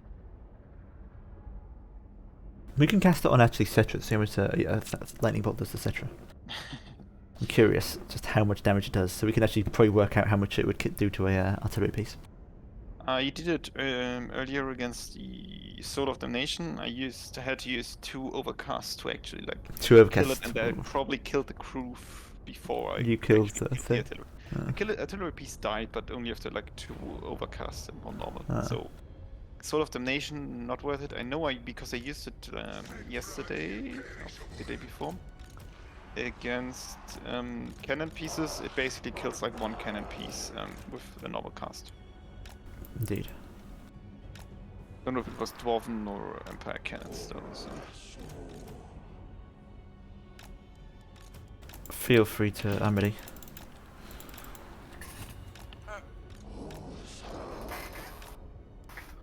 Yeah. You go first, so you can show off the healing effect as well. So go ahead. On it? Okay, wind blast, don't move. I'm just moving forward a little. Okay, wind blast on the front line, normal one, not overcast. Normal one, going down. So typical, if you took these 10 armor. Decent. Something. I mean, a burning head, again, we're just comparing it to a burning head, would have gone through, killed all these units. Instantly. Normal Endurance Thunderbolt on Cetra, yeah, take a look at his damage. So he's at 7,500 right now. Oh, about not bad. 700 damage. So yeah, that's probably going to kill a cannon model, or at least a bolt thrower model. And imagine that on top of a cavalry unit or any heavy infantry that's been Yeah, blobbed up. if you're hitting a lot, we'll have to see if an overcast one of those, what that cannon does as well. The other thing is that it doesn't really, you don't get a notification of when it's going to hit either. Yeah, it's very vague. It's certain. Can you give us an overcast one of those? Let's see how much damage it does. Overcast, it's currently on cooldown. Overcast, wind Right, blast in the second row. Oh yeah, go ahead. So an overcasting, so this is just increasing a flat damage when it comes to wind blast. Again, on the second unit, half its health, but again, how much is that? Didn't do too Overcast? much, overcast. But also, there's a lot of disruption. There's a lot, but burning head would 11 winds of magic. It's not burning a lot head. more. It increases Pendulum. armor piercing, so. Burning head, way better effect overall. Yeah, well, Burning Head and Pendulum do damage, right? But they don't disrupt that badly. Pendulum definitely doesn't, but burning head can do, the depending on how it swerves as blast, well. I feel is more just a disruption Disruption. spell. You're knocking stuff over so you can pull right through. Why disrupt when you can just murder it? Overcast, Thunderbolt on Cetra again. Okay, let's see how much damage. So he's at 6,800, right? Or 6,900. Ooh, 1,200 damage. That's a lot of damage. Yeah. So yeah, an overcast one of those, pretty good. If you're dealing with a blob, if for some reason the enemy lord's standing still, then it could be a good lord sniping tool. But again, you could just take fireballs. Any sort of magic missile will probably give a pretty similar effect. Overcast, Cassandra in the third line. Because those are a bit Overcasted 1A. Yeah, overcast. So yeah, pretty certain this is going to delete the skeleton unit, but we'll see it go anyway. Takes So that's fashion. ages to cast. It does take a huge amount of time to cast, as you can see here. I'm curious. Yep, there goes that unit. Yeah, definitely killed that unit. That's for sure. Yeah, that is. I killed that unit. Does a huge amount of damage, what about Lightning Bolt on the infantry unit? I want to see how big the AoE on the infantry is. Also, really lags you when you look at that smoke effect. Yeah. Whoa. Man, I love moving at I'm 3 using the third line again because it's a little bit better clumped up. So more, honestly, it's a bit more realistic because you would have fired on something that's in melee. So, normal one for now. Yeah, go ahead. Yeah. 7,300. so the skeletons go flying. So yeah, basically it killed everything that it hit, but it's just got that small radius to it. Yeah. Okay. What other spells are there? That's basically chain lightning as well. Let's show us chain lightning. Yeah, chain lightning. I need 2 winds of magic. No, how much do you? Come on, I haven't got 3 guilt winds back of there. magic for that. This staff. I'm kinda out. Do you want me to go then? Yeah, you go first now, and I'll just regenerate. Another thing to note as well with using Cetra, another reason why Cetra is probably like the perfect user of this lore, is that for some reason when he's on his construct, he doesn't count as a construct. He still counts as undead. Yeah, he still counts undead, So he can can't take, be healed he can still get by that healing. necrotex. He can't get healed by necrotex, but he can get healed by his lore of magic. Yeah. So starting off with this sandstorm, let's show off. Can you clump up a unit of flagellants just a little bit more? Not too much, just a bit tighter, just so we can see how much damage it does to somebody with no armor. Yeah, so say this is like the ideal situation for it. This is like this is a non-overcasted sandstorm. Skullstorm even. Let's see how much damage it does. Yeah, right now it's actually having to go in circle, which is definitely helping. Wow, it's going in an exact circle. It's going... So even with the perfect cast, Flamestorm would have deleted the unit, for reference. Yeah. It's not the strongest in terms of damage. These have no armor. But it's at all. still Oh wow, it's still going. Oh, is it gonna... It's them a little... No, it's going. It's going a different way. Whoa. So close to hitting. Direct damage isn't affected by armor, so it doesn't really matter where we cast this on. Let's just cast it on the flagellants. This is a non-overcasted incantation of vengeance. The damage doesn't increase with the overcast, so this is the damage you can generally expect to see. Take a look at that damage. It's about 500 damage, 600, 700, 800, Yeah, 1,000. Sorry, it's dropping down a bit quicker now.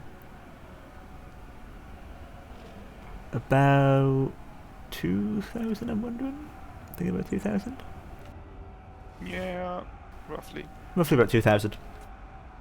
It's not... it sounds a lot better, because when you're comparing it to single entity damage, but when it's doing it to like infantry models like this, it isn't a huge effect. Yeah. It doesn't do too much. When it comes to... Make sure to point out that it states that you have to use it on small unit sizes or it just does 0 damage. That's how little damage it does per model at every tick. Yeah, not the hugest amount. Those 2 damage spells, not the most flashiest things in the world. But looking at... Chain lightning? First I want to show physical resistance. You can see here, 44% physical resistance applied down here. It lasts, 18 seconds? Any situation where you're worried about something getting sniped, if it's getting caught up by some, like he's up against a Shaggoth, he's up against he's getting shot at or anything, 44% damage, physical resistance can really save your life. Alright, show us the chain lightning. Okay, using it in the back line, 3rd line again, the one that is healthy. Yep. And it is getting summoned. There it goes. Just so it was no overcast, so. Boom. Half its health gone. Just drifting in the worst direction possible, but it's still going. If it keeps going, it can go into this one. Also, that AoE area effect is actually quite large. It's quite a large area effect, which definitely helps out with chain lightning as well. Oh, it's swerving this way as well a little bit.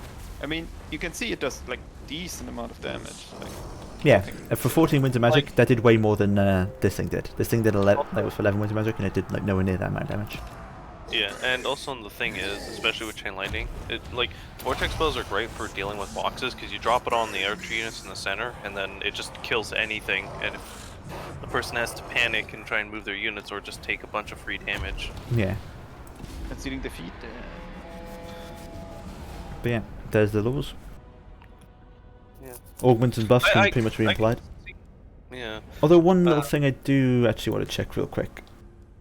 Is I'm gonna bring a casket and I'm also gonna bring some archers real quick. Actually, could you bring some Necropolis Knights or some a proper like cavalry unit? Proper cavalry unit. Nehekhara horsemen. Yeah. Okay. I want to see what kind of the reload effect that could affect for the overcast real quick, and I also want to see how a thunderbolt does against Screaming Skull cavalry. Yeah, and also I want to see what it does to a cavalry unit, because it's like, could you imagine if it actually does like just wipe an entire unit out that's blobbed up? just deletes. That would be one way to really punish somebody. Or, you know, if they blob up, you drop a net and then drop the lightning bolt. Is there somebody that gets Thunderbolt as well? Doesn't somebody get... I No, don't I know think Cola gets something similar, but I don't think it's quite the same. It's more explosive. Chain lightning and. No, Cola doesn't get Chain Lightning, he gets a Lightning Bolt. He gets a lightning bolt and he gets 3 of them, but they are They're nowhere more near explosive than they are. They're more spread out. Yeah, they don't really. Yeah, they just don't do as much damage. I think. No, it's what's the best way of viewing it? Because it's a bunch of smaller lightning bolts that hit the ground and not a single big one. Yeah. That's how it works. It does mediocre damage. Hey, Like, moving up, so take them with fire. It will. Yeah, I'm just going to fire the Bone Giant a bit. So we can see typical fire rate here. It's firing 1. I have to wait like 1, 2, 3, 4, 5, 6, 7, 8, 9, 10, 11. About Jesus 12 Christ. seconds for a reload. And then if we go ahead and overcast this, it takes a minute to cast. Does last a full 32 seconds, so this is going to last a duration definitely. You can also look at the missile strength, it's getting put up to 1,451. If you really want And then let's say 1, monstrous say unit. 1, 2, 3, 4, 5, 6. So about half the reload time. For 40, that 40 reload skill, does about that much. It pretty much doubles its fire rate, which is really big. Which like if you combined with want the bonus damage as well, works really well. Yeah. A Dread Saurian, you want it dead? You got it. Go ahead and cast the lightning bolt on I'm going to blob up this cavalry on your spearman, and then just go ahead and drop a lightning bolt on it. When it's all blobbed up, your casters get a bit caught in it right now. Yeah, you. Come on, get him out of the way. Not really blobbing up as much. But just put it somewhere with them, yeah. Yeah, it's not perfect. Nothing's perfect. Well, you know, not all our casts are perfect. Eh. Eh. Half health, maybe. Yeah, it's alright. Okay. See if we can get another one on a Screaming Skull as well when it's off recharge. Yeah. While I see how this affects archers. Yeah, set it up to speed 3. Yeah. Yeah. Like, yeah, it could probably be, yeah, it'd be... Just going to you could see an probably- overcast on these archers here. See what kind of fire rate they can get up to. Here they are.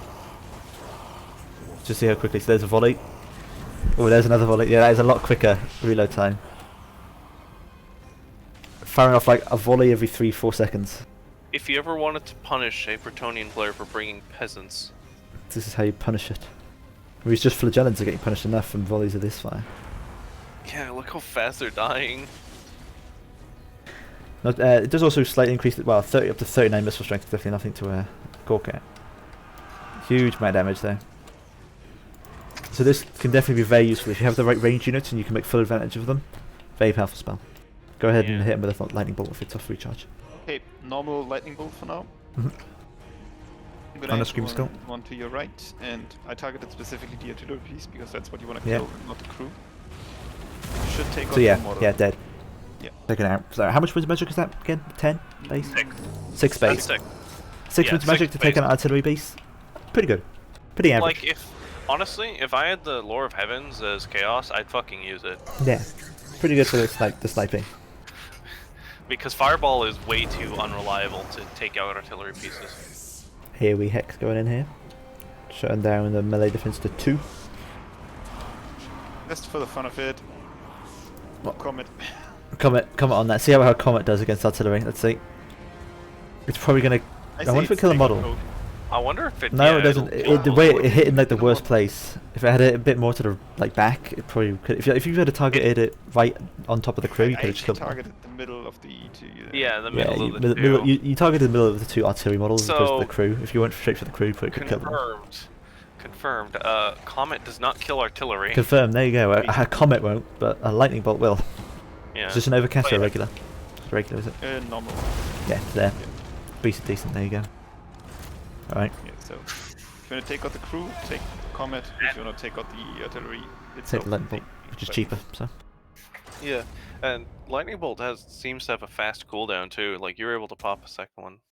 It also, yeah, I think it has like 34 seconds. Yeah, 30 seconds. Oh, we're on to our last 2 wins of magic, and it's the perfect time for me to just go ahead and click on Vampire Coast. Oh no. Also, just a reminder, the Thunderbolt has 300-meter cast radius, so you can like not stay out of range of the beast, but Yeah. stay pretty far Pretty, away. pretty far out. Comet only has 200 meters, so Yeah, but 300 meters is more than enough to walk up, zap it, and yeah, they might shoot a cannon at you, but it won't matter in a few seconds. Here we are, starting off. Best lord, well not starting off, but of the two left, vampires and deep. Oh, what's that one left? Yeah, more speed and melee attack. Starting off with Van Hel's Dance Macabre. Buff spell. AKA that heaven spell Yeah. that is for the undead. It's good Basically. on cavalry. Good on Heavy cavalry. Good on, yeah, heavy cavalry. Its main use is there. So you throw this on Black Knights, you throw this on, Blood Knights. throw this on Blood Hex Knights, Race. Black Knights, and any other Hex Race has monster quite a bit of unit. speed. Yeah, Even wolves you could put this on. yeah, because they don't run away, so Yeah. they're actual. Going to make effective- even more use out of it. They're not going to use that speed to run away. They're going to use that speed to They could cycle probably use damage. it on flying, like monsters flying units as well, or flying units in general. Makes Also, them faster. again, overcasting it adds the area of effect, so you can throw this onto your cavalry blob. Yep. And for 8 Winds of Magic, pretty good buff.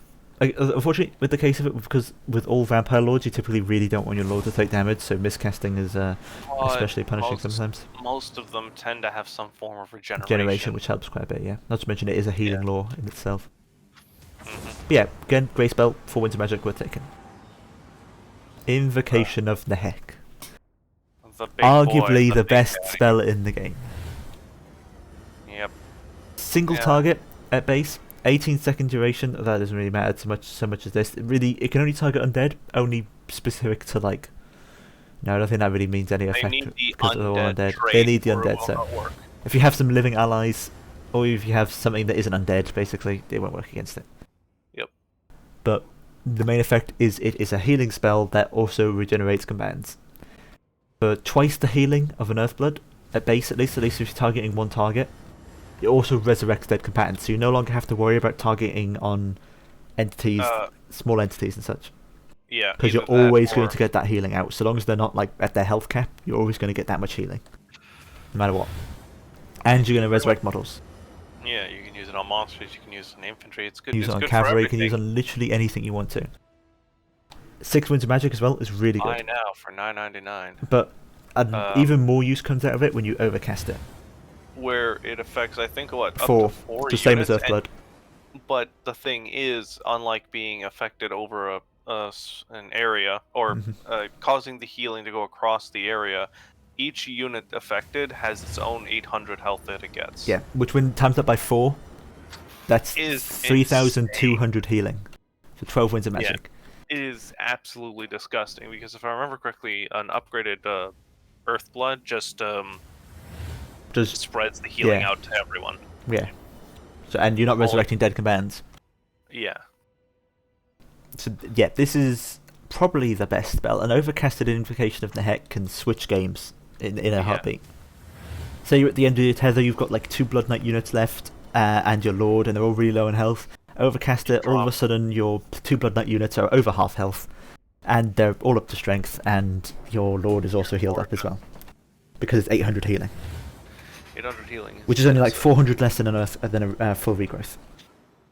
Yep. Really Which good spell. regrowth is 1200. There is no situation where if you have access to the spell, you do not take it. You take this whenever you have access to it.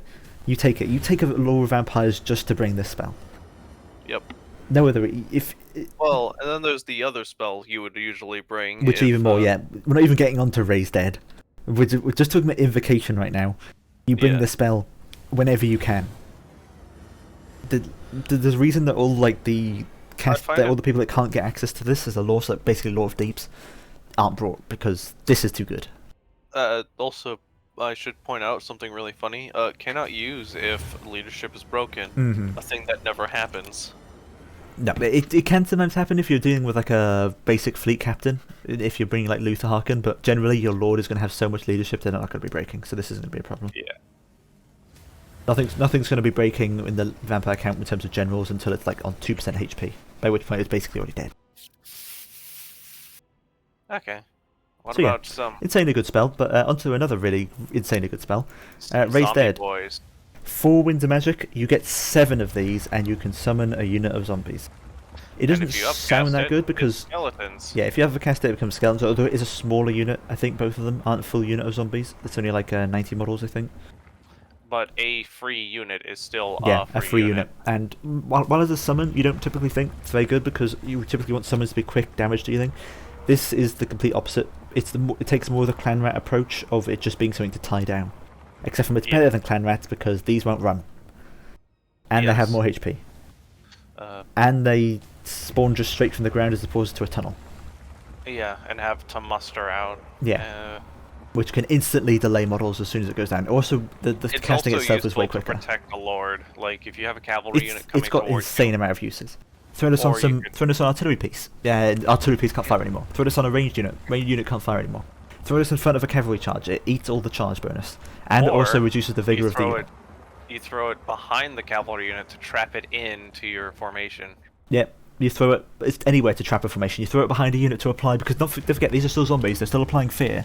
You throw this behind a unit. Not only does it get the fear debuff, but it also gets the attack from rear debuff. So it just runs basically most of the time. You throw this on a really expensive unit that you just don't want to fight.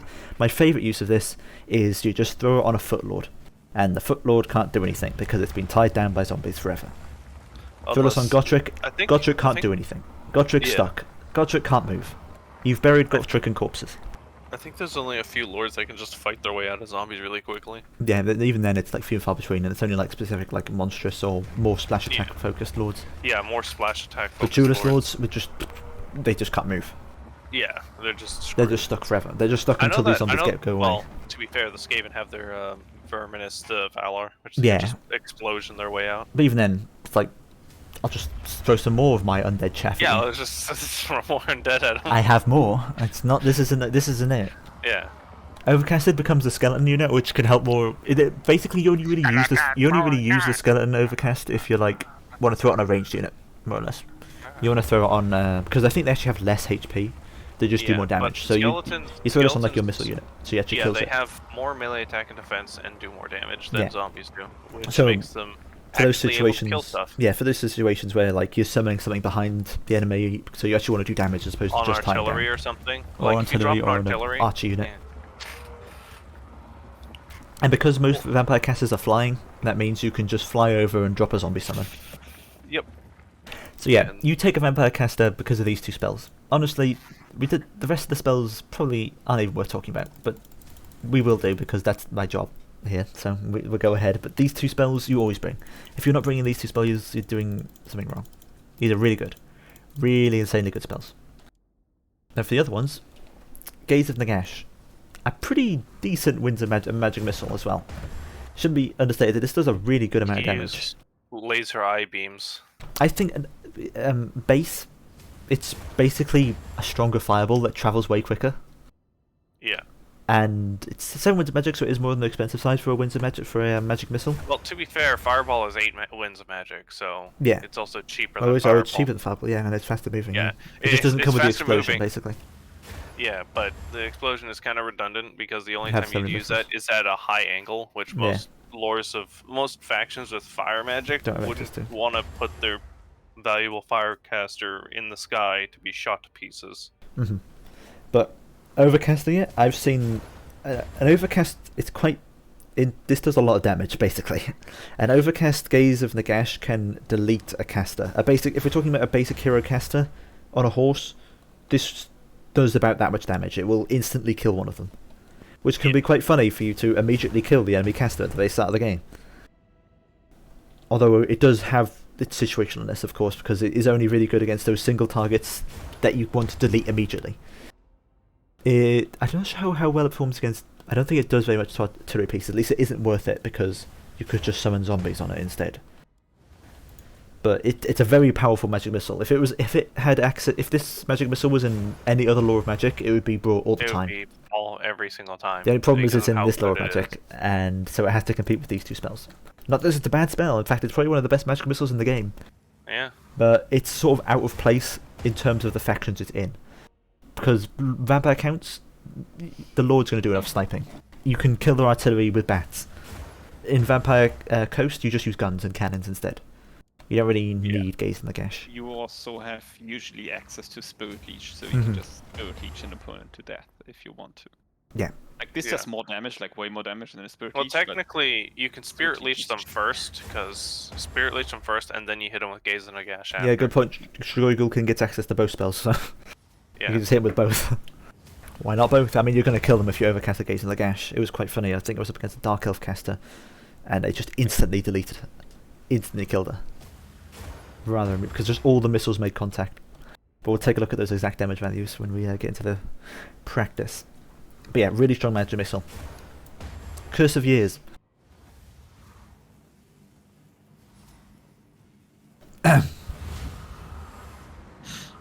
Yeah, the heck. It's a spell. It's kind of underwhelming when you compare it to its previous spells. Yeah, or we should point out the spell that I've never seen anyone bring. No, I've literally unless they barely have ever no seen this. idea what they're doing with the Yeah. vampire lore. It's 11 Winds of Magic, so that's like 2 Invocation. That's almost an overcast Invocation of Nehek by comparison. And almost 3 raised deads. Yeah. It's not great. The ability recharge itself is pretty worthless. It's only 15 seconds. It's not that much. If it was like 30, Yeah, maybe. and you can't but- overcast it. Yeah. It's only 24 melee attack, and when you're playing as the Vampire Count or the Vampire Coast, your army is chaff. You don't care if it Yeah. dies. You don't give a shit if it dies. Really don't care. And speed? You're the Vampire Coast or You Counts. already have. You're either already have boxed the up first so you don't one. care about speed, or you're the King of Cav, so you're going to be dominating the landscape anyway. Well, the other thing is that you already have a speed spell that already buffs your Yeah, you speed. just that buff you can speed. use on your And cavalry. you can air effect that instead. And that's way Yeah. better and way cheaper. It's sad. There's not much to talk about with this. It's just not good. All right. Wind of Death. The all-in gamble spell of I'm Mhm. gonna kill 3 units in one cast, or I'm gonna fucking lose. Yeah, basically. 20 Winds of Magic is a lot. Like, a lot. But there are two key things to separate Winds of Death from pretty much most other wind spells. Is one, it has no sound effect. It No. has no like animation that notifies No way the you're moving player out of the way that of it's it. happening. And two, it's really fast. Yeah, really quick. It's Meaning- basically a super duper burning head. Yeah. Again, this probably the best wind spell of the game. The only It problem is, is it's in Lore of Vampires. Again. Yeah. it Again, also takes too much time to cast. Like Although you no. can't really see it. you can't see or hear it because it's the reason it's still the. We'll have to well, have a it's look at like it when we get blood into it. Yeah. Exactly but- how avoidable it is. Yeah. the key Overcasting thing it, with- 27 Winds of Magic. Huge amount of damage. Any infantry model will be probably deleted. Even Chosen Yeah. probably will die to this. Yeah, they will just Which, you don't really need it. Yeah. In a lot of cases, you probably wouldn't need it unless you're facing a faction that you know is either got strong armored front lines, or The only time I ever bring this spell is when I know I'm against a newer player and I know they're going to noob line. yeah. That's basically it. I There's remember no once other where situation I really cast for a it. single Wind of Death, and I went like through 4 different high elf units, like 2 white lines of trace and like Yeah. 2 silver guard. Yeah, and really just good still meme material. Decimated them. It really has those high points, but at the end of the day, even at those higher points, you probably Also, just get more isn't use out of Isn't invocations. its range fairly long as well? It's not quite as much of a burning head, but it's pretty long. We'll have to have a Yeah. full look at it when we get into casting. But also, unlike Burning Head, which can go in a random direction, this always stays straight. Yeah. So you might think that's it for Lore of Vampires, but no, because there's also character-specific abilities. Specifically, the summon replacements for Raised Dead. A couple of characters get, very notably, Vampire Coast. You thought basic Raised Dead was good. Well, then you go ahead and you get Drowned Dead. You give him a gun. So, of course, basic Drowned Dead doesn't have the overall that. But in fact, I think basic Drowned Dead is probably worse than Raised Dead because it's more expensive and you're just getting zombies really again. They're slightly better zombies. They're more in the tier of skeletons, and you only get 4 Yeah. of these as opposed to 7 that you get with Raised Dead.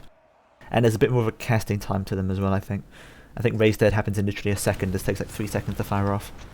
So which makes it hard for timing, like absorbing charges and stuff like that. Yeah.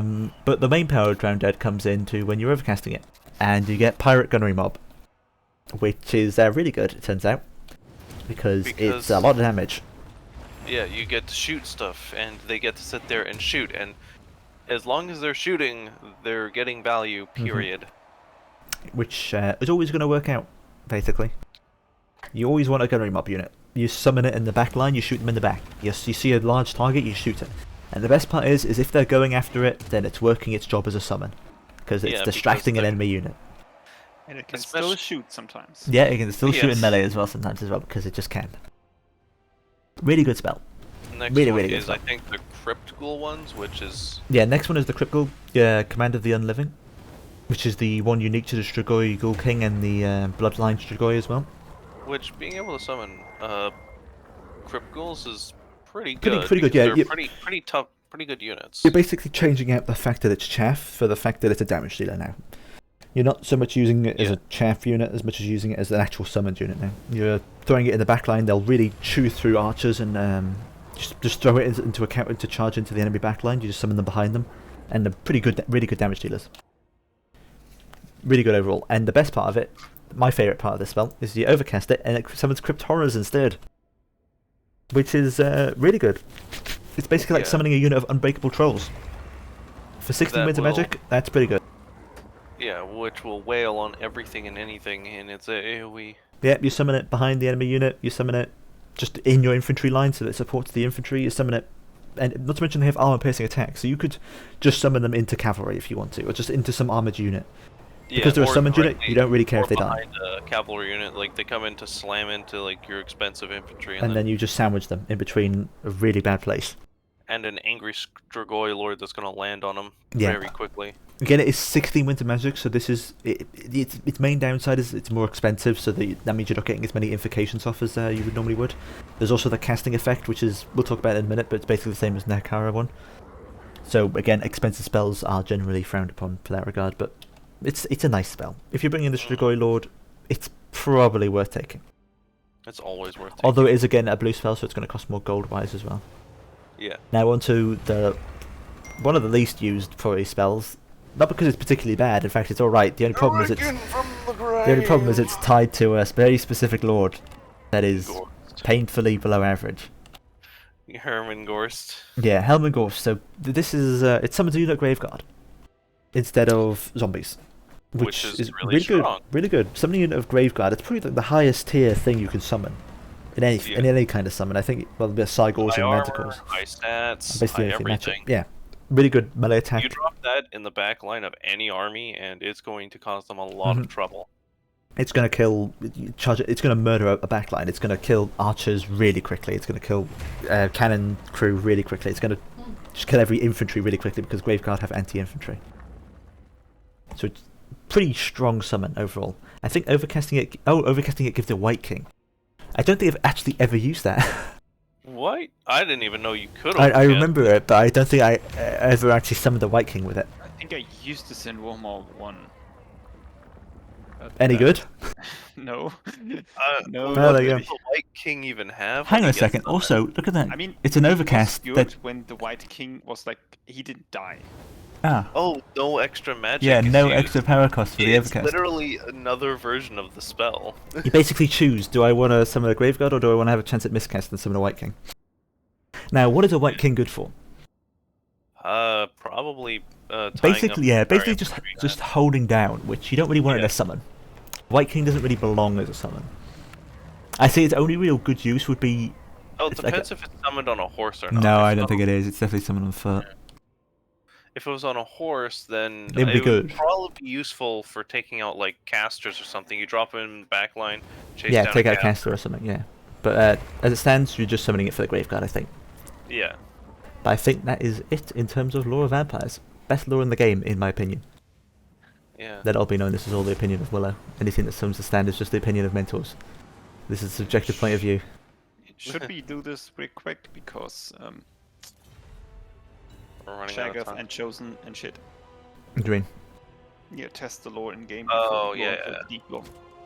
Okay, sure. I'll have to take a specific problems. Yeah, I'm bringing two Chosen to... Also, taking a quick look at the Curse of Undeath. It's basically the same as nehekhara. Except for when you're playing as the Vampire Coast, the Vampire Counts, your entire army's undead. You don't have to worry about things being constructs. So you're always getting that 56 healing. Always. And that's the thing. It's just a better version of what nehekhara already has. It makes Actually, you wait, I'll wonder go, why nehekhara even exists anymore. Makes you wonder why it even existed. Let me just bring Helm. I want to bring. I can't bring all the variants. I'd have to bring either Strigoi or Helm Ghost. Yeah. I'll bring Helm Ghost because he actually gets a battery. Yeah, he's actually a battery. Put him on his corpse card. Yeah, I'll also bring a Necromancer as well with a battery. Do I need to bring anything other than the casters? No, I don't. You just bring a bunch of stuff like infantry. Yeah, just Shackles, everything. batteries. Yeah. Okay. The three wheelbarrow boys are coming at you.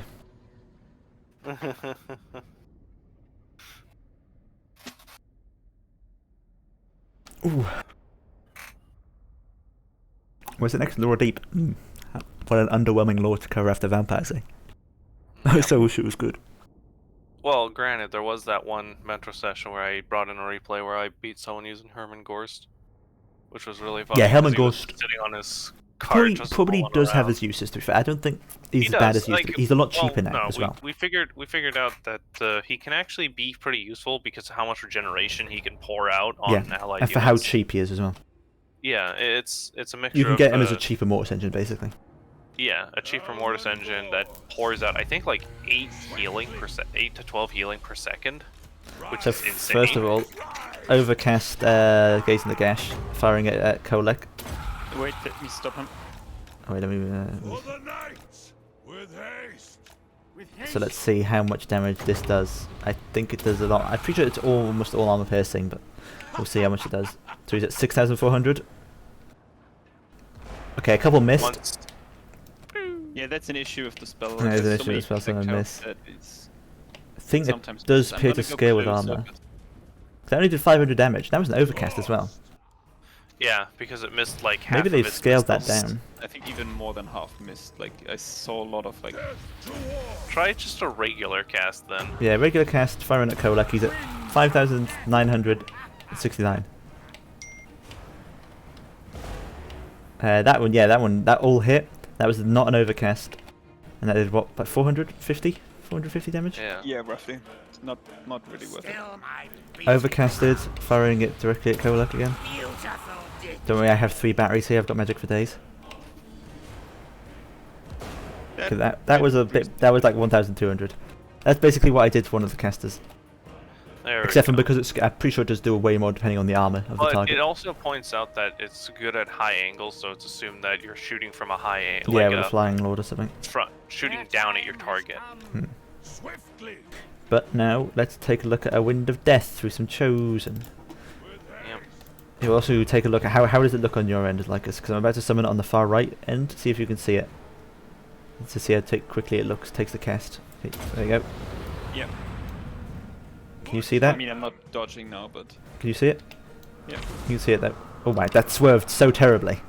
That was How did that was such a terrible swerve. That was Yeah, a, this is why it's a shitty spell. and that was 20 Winds Yeah. of Magic, 16 even down the drain. So yeah, wow, not good, that's not good, awful. not good.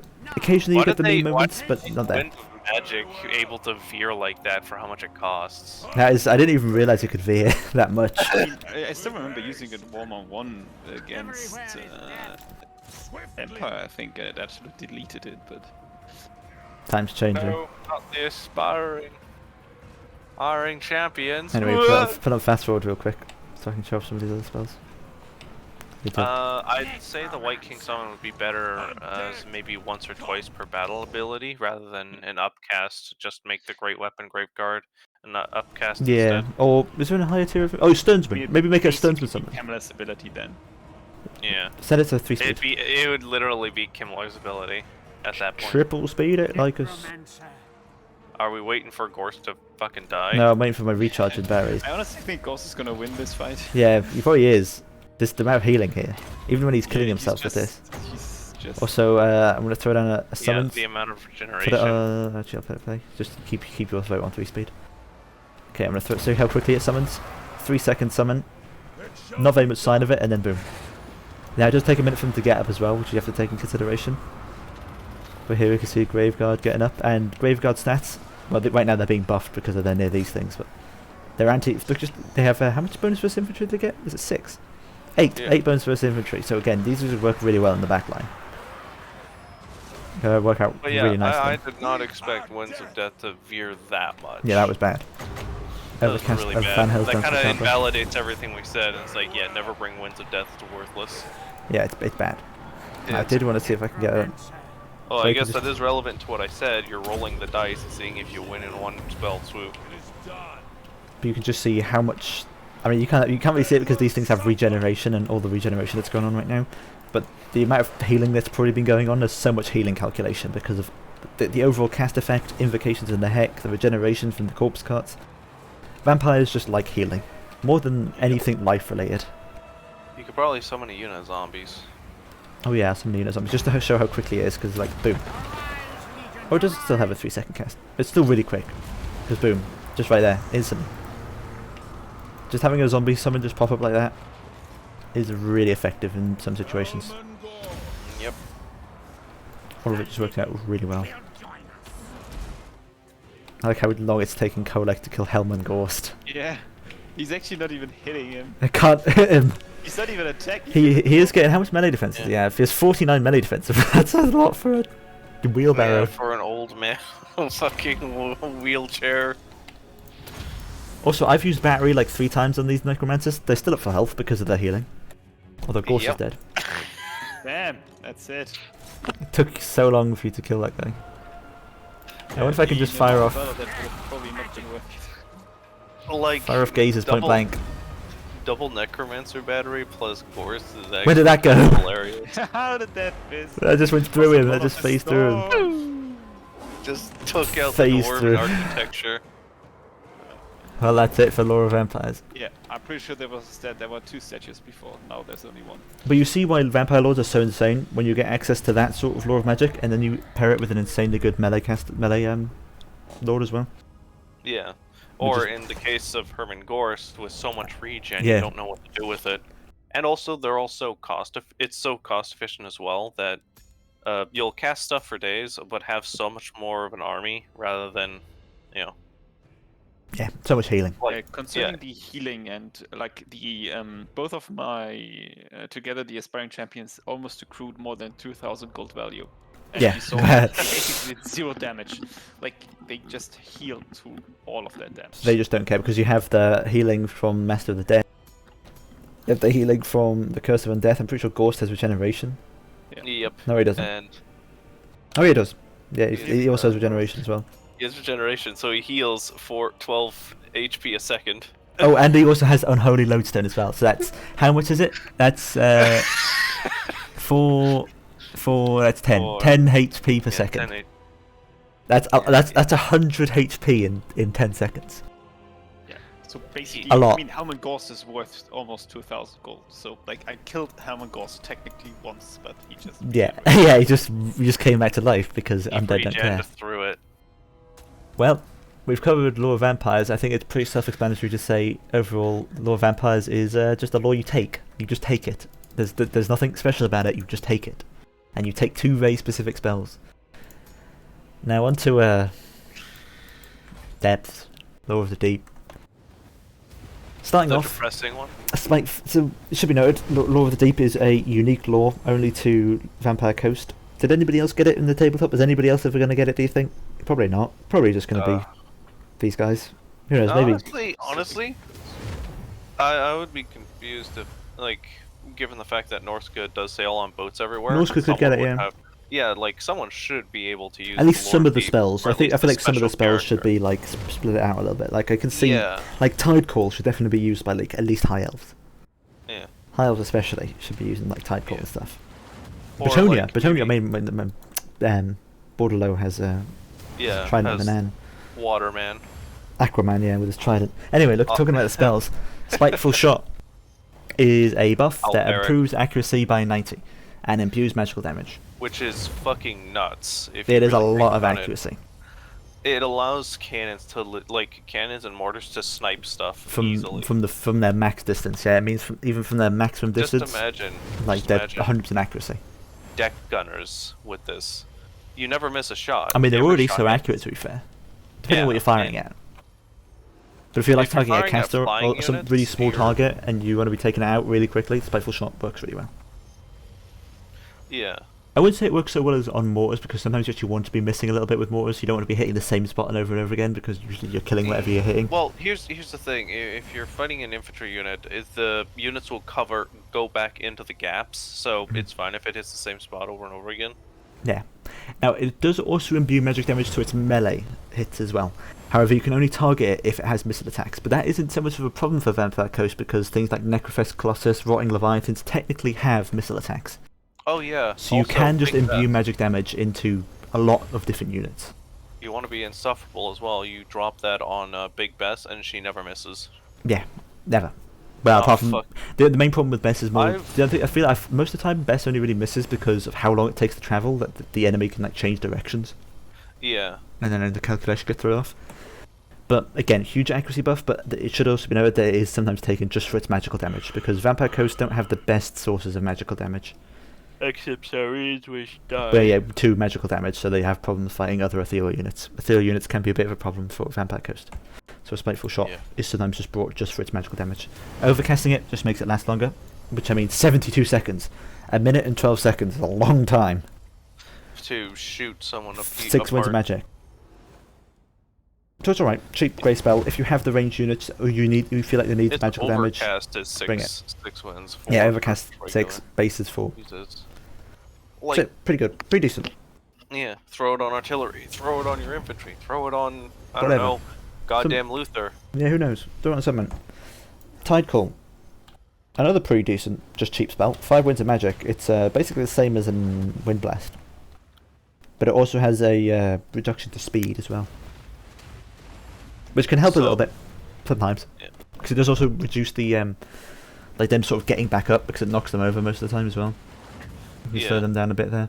And but it's your keeps them from typical moving back into breath spell. formation. Very similar to Wind Blast. It's really only good against those lowly armoured infantry. Yeah, it's pretty much just a better version. Yeah, overcasting it increases its damage again. Although I don't think it increases by very much. It's not going to be killing like Blackguard anytime makes soon. it armor piercing, that's the key thing. Yeah, well, that's just a flat damage increase because armor piercing Yeah. is just overall increased damage. Well, So, yeah. no, because doesn't it do both base and armor piercing damage? Yeah, no, so Like, increasing does- armor piercing is just going to increase its damage overall because nothing can stop the Yeah. armor piercing damage. Oh, okay, yeah, so never mind. Alright. But yeah, pretty decent breast spell. Nothing to complain about. Again, it's cheap, spooky grey, skull one. pretty good. Fog of the Damned. Surprisingly okay hex. Pretty good hex, in fact. 24 melee attack and 8 leadership. 8 leadership is pretty good. That's half a Doom and Darkness.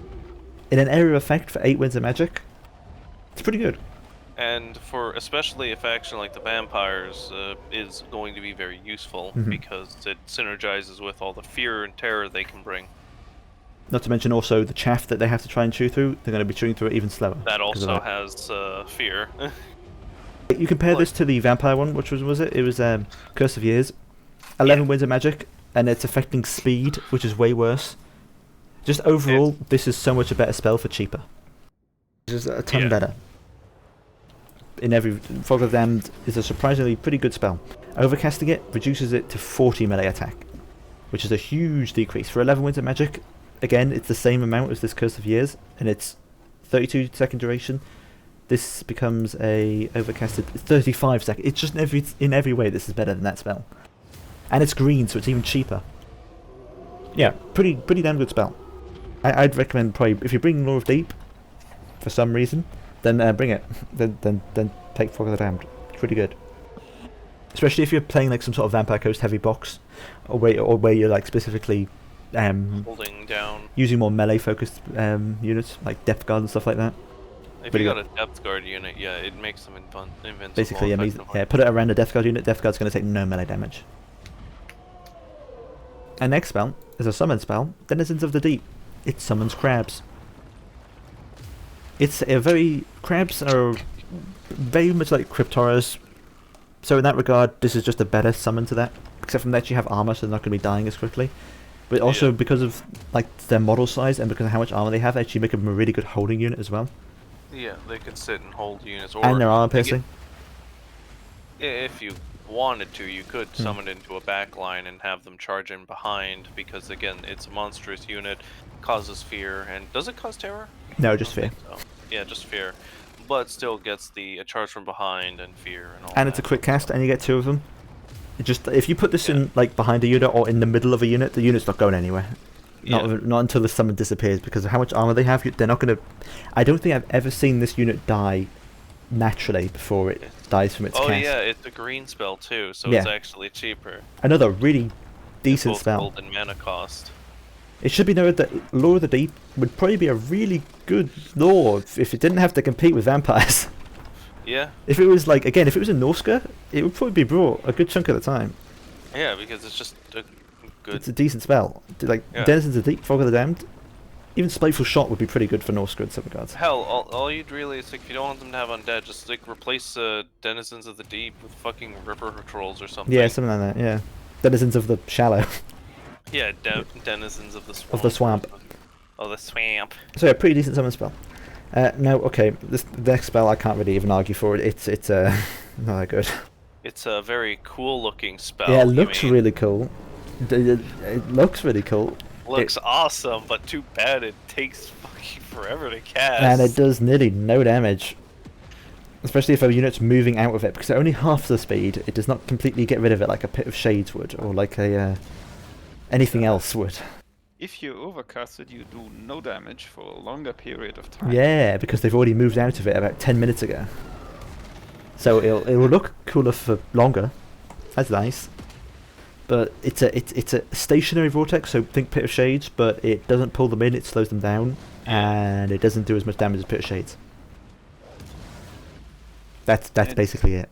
It's also not the coolest looking spell in the roster because There's another cool one to The come, next spell. next one. and it's actually just as worse. Yeah. Because again, it takes a long time. Hey, Willow, it's not about winning or It's killing about your looking enemy's cool, units. because look at It's how about cool that is. It's about style and sending a message. Sending a message. Yeah, it does a lot of damage. Like a lot. It's probably the most damaging wind spell in the game. The only problem is it takes a very, very, very What, long 7 time. seconds? That's how long it takes to cast, but then you also have that whole little animation to play. Yeah. It takes a while to cast. If you're overcasting it, it increases the damage, but it's already doing so much damage you really don't need to overcast it. It does a lot of damage. We'll show it off in a minute, but it does a lot of damage. It does more damage than the Wind of Death. Granted, it doesn't go actually quite fires far in in a the thing. straight- Yeah, and it doesn't Well, swerve. It doesn't swerve. That's the key thing. Like, it actually is better than Winds of Death. Yeah, honestly, at that this has point. more main material than Wind of Death. Yeah. This is going to be more consistent than Wind of Death is. I don't think there's anything specific there. There's nothing unique. Overcasting more damage. Yeah. The casting ability does damage. I actually want to check how much damage that does exactly. I can't remember how much it does, but basically map wide, it does a little bit of damage to every enemy unit map wide. Wow. What? Yeah, you didn't know that? Alright. No, I didn't. Well, the more you mainly know. because I didn't Play buy codes. the Broken Faction when it Hey, came every faction's broken when it came out. No. out. Except fucking Only the Chaos. fact that you are playing with. No, that's Yeah, a only the ones coincidence. you're Anyway, playing I'm with, playing though. Beastman main. I mean, I've always been a Yeah, Beastman yeah, main. you're not playing. Ah, you're yeah, going sure. to play Beastman. Yeah, you're gonna play Beast when they become broken somehow. Yeah, with their broken Taurox because- chariots. Yeah. When they're gonna rebalance chariots so they actually are useful again. No, 'cause they the become mass- broken. Because, well, beforehand chariots were already, like, not super great and pretty situational. And then once they hit everything with that big mass change, it fucked chariots so hard that they were just useless. You couldn't Mhm. use them anymore. You couldn't even run a Gorbeast chariot through dwarves, and a thin line of dwarves, Oh, because they would get stopped. They'd get stopped dead in their tracks, and it's like, oh, cool. Why did I spend 1,200 gold on a unit that can't even charge through? It's not good. Oh Anyway, yeah, I'm you have ready. access to Anessa and her nets. Yeah, you could probably use Anessa's nets to hold a unit still. Yeah, but that's a lot of setup. First of all, you're taking probably one of the worst Vampire Coast lords. Secondly, she's living, so you can't heal her. You can't heal her. Thirdly, you have to time a net, and then you have to put the cast on it. Fourthly, you need to find a unit worth it, and it has to be a single unit. I don't think there's a unit. Okay, maybe a unit of Blackguard, but if it's a unit of Blackguard, you could just shoot it with guns. Like, what is the most expensive infantry unit in the game? Chosen. Chosen. Chosen. With Yeah. great weapon. Maybe no. Even a unit of Or Chosen is probably halberds. not worth all that effort. Yeah. You could just shoot Because the them. problem, Well, the other thing with Chosen is that their unit size is so small that if they have any form of cranking, you might just miss half the unit by chance. Go ahead and just line 3 units up.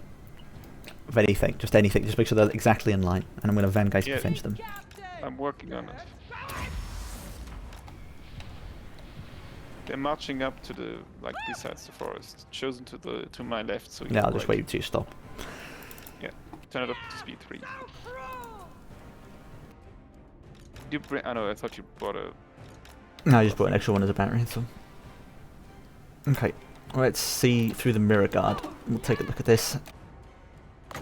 So let's get over here. Vangeist's Revenge. So let's count. Let's count everyone to see how long it takes for it to actually do the damage. Starting from now. So we got 1, 2, 3, 4, 5, 6, 7, 8, 9, 10, 11, 12. About 12 seconds. But as you can see, does a lot of damage. It completely killed that mirror guard unit, which, considering it has how much armor? 100 armor. Yeah, there's no other wind spell that's going to do that much damage. Put it that way. Drop it on the Chosen. Let's see how There much is no damage. Chosen here. There is Chosen can here. also I'll try overcast it and on the see if Chosen. you can move out of No, the way. isn't there? Yeah, on the right. Yeah. Yeah, I'll overcast it on the Chosen. But I do want to see also Kraken's Pull. Let's have a look at that on the Chaos Mortars, just like Yeah. for health The purposes. the best case scenario for the spell. Okay, so it's a standing still unit first of all. This unit has to stand still through this whole process, basically. Oh wow, that's taking a while. There we go. So it's halfway I done. could just move out of the way now. It's Yeah, just- they could. Oh my god, how little damage is that? that's 15 winds of magic for not even half the health of a Marauder unit. That is depressingly awful. That is just not good. Like- it's very not good. That is insanely not good. That lightning bolt actually did a decent amount of damage. Also, nice little thing to note here. Song of Enthrallment, you can pair that with Fog of the Damned and just completely delete anything's melee attack. Anything with the fight Celestia just doesn't do anything to it, because you can just pair Fog of the Damned with Wait, we have Song of now Enthrallment. around 100 damage on the Marauder unit with 2 spells, and all pretty much the same damage on all the other units. So like 100 damage with 2 spells, so 50 damage per spell, I would say. about 50 damage On per spell. single entities, Take a look at this. it's also similar. So Is like, it so? It's constant, is it? It's like 2. No. How does that scale then? So So yeah, for- it's actually scales. I think it's just like basically subtract. So yeah, basically, every time you cast a spell, 50 damage dealt to every unit. Yep.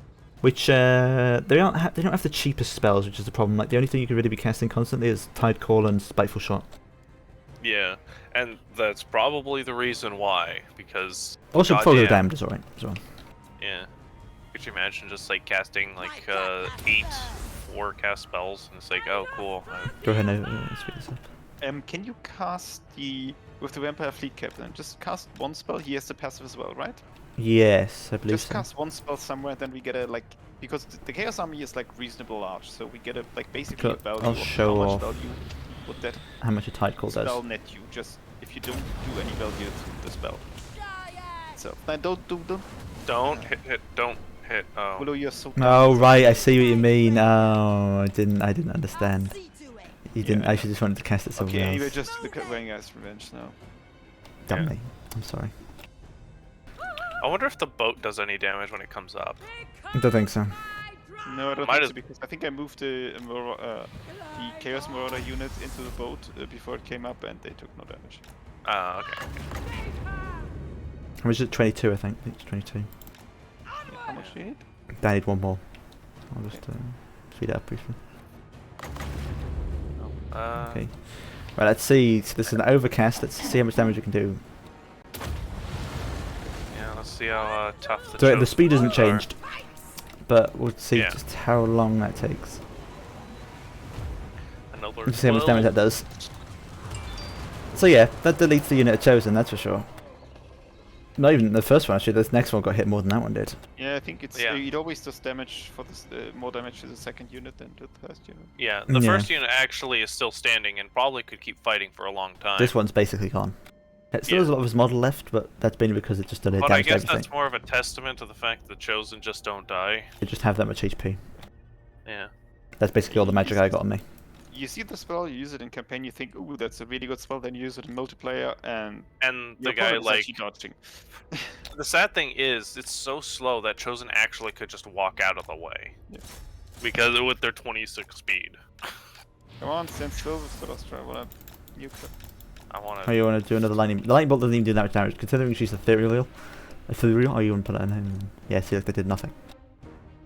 Yes, but it Nothing. did more damage earlier. Go on, fight Kolak. God damn it. Remember there was a free fall where I had my fleet captain was the last one left and she beat a Terrorgeist? That was funny. She like fought off Terrorgeist on her own. Well, Terrorgeist That was don't the one have I great won. Stats. Okay, yeah, Kolak. she's dead. Go on, fight. See if you can land a hit. You haven't landed a hit yet. I'll just do this so you can even land even less hits. Yeah, you're gonna use Fog of the Damned. I need some more magic for that. What's that other thing you can summon? Song of Enthrallment, I think. Yeah, that's some form okay. of ability. Oh no, there she goes. I don't think she is landed. Unfortunately, Kolak doesn't give a shit. Don't care. I mean, she paid for herself, like, a Yeah. lot.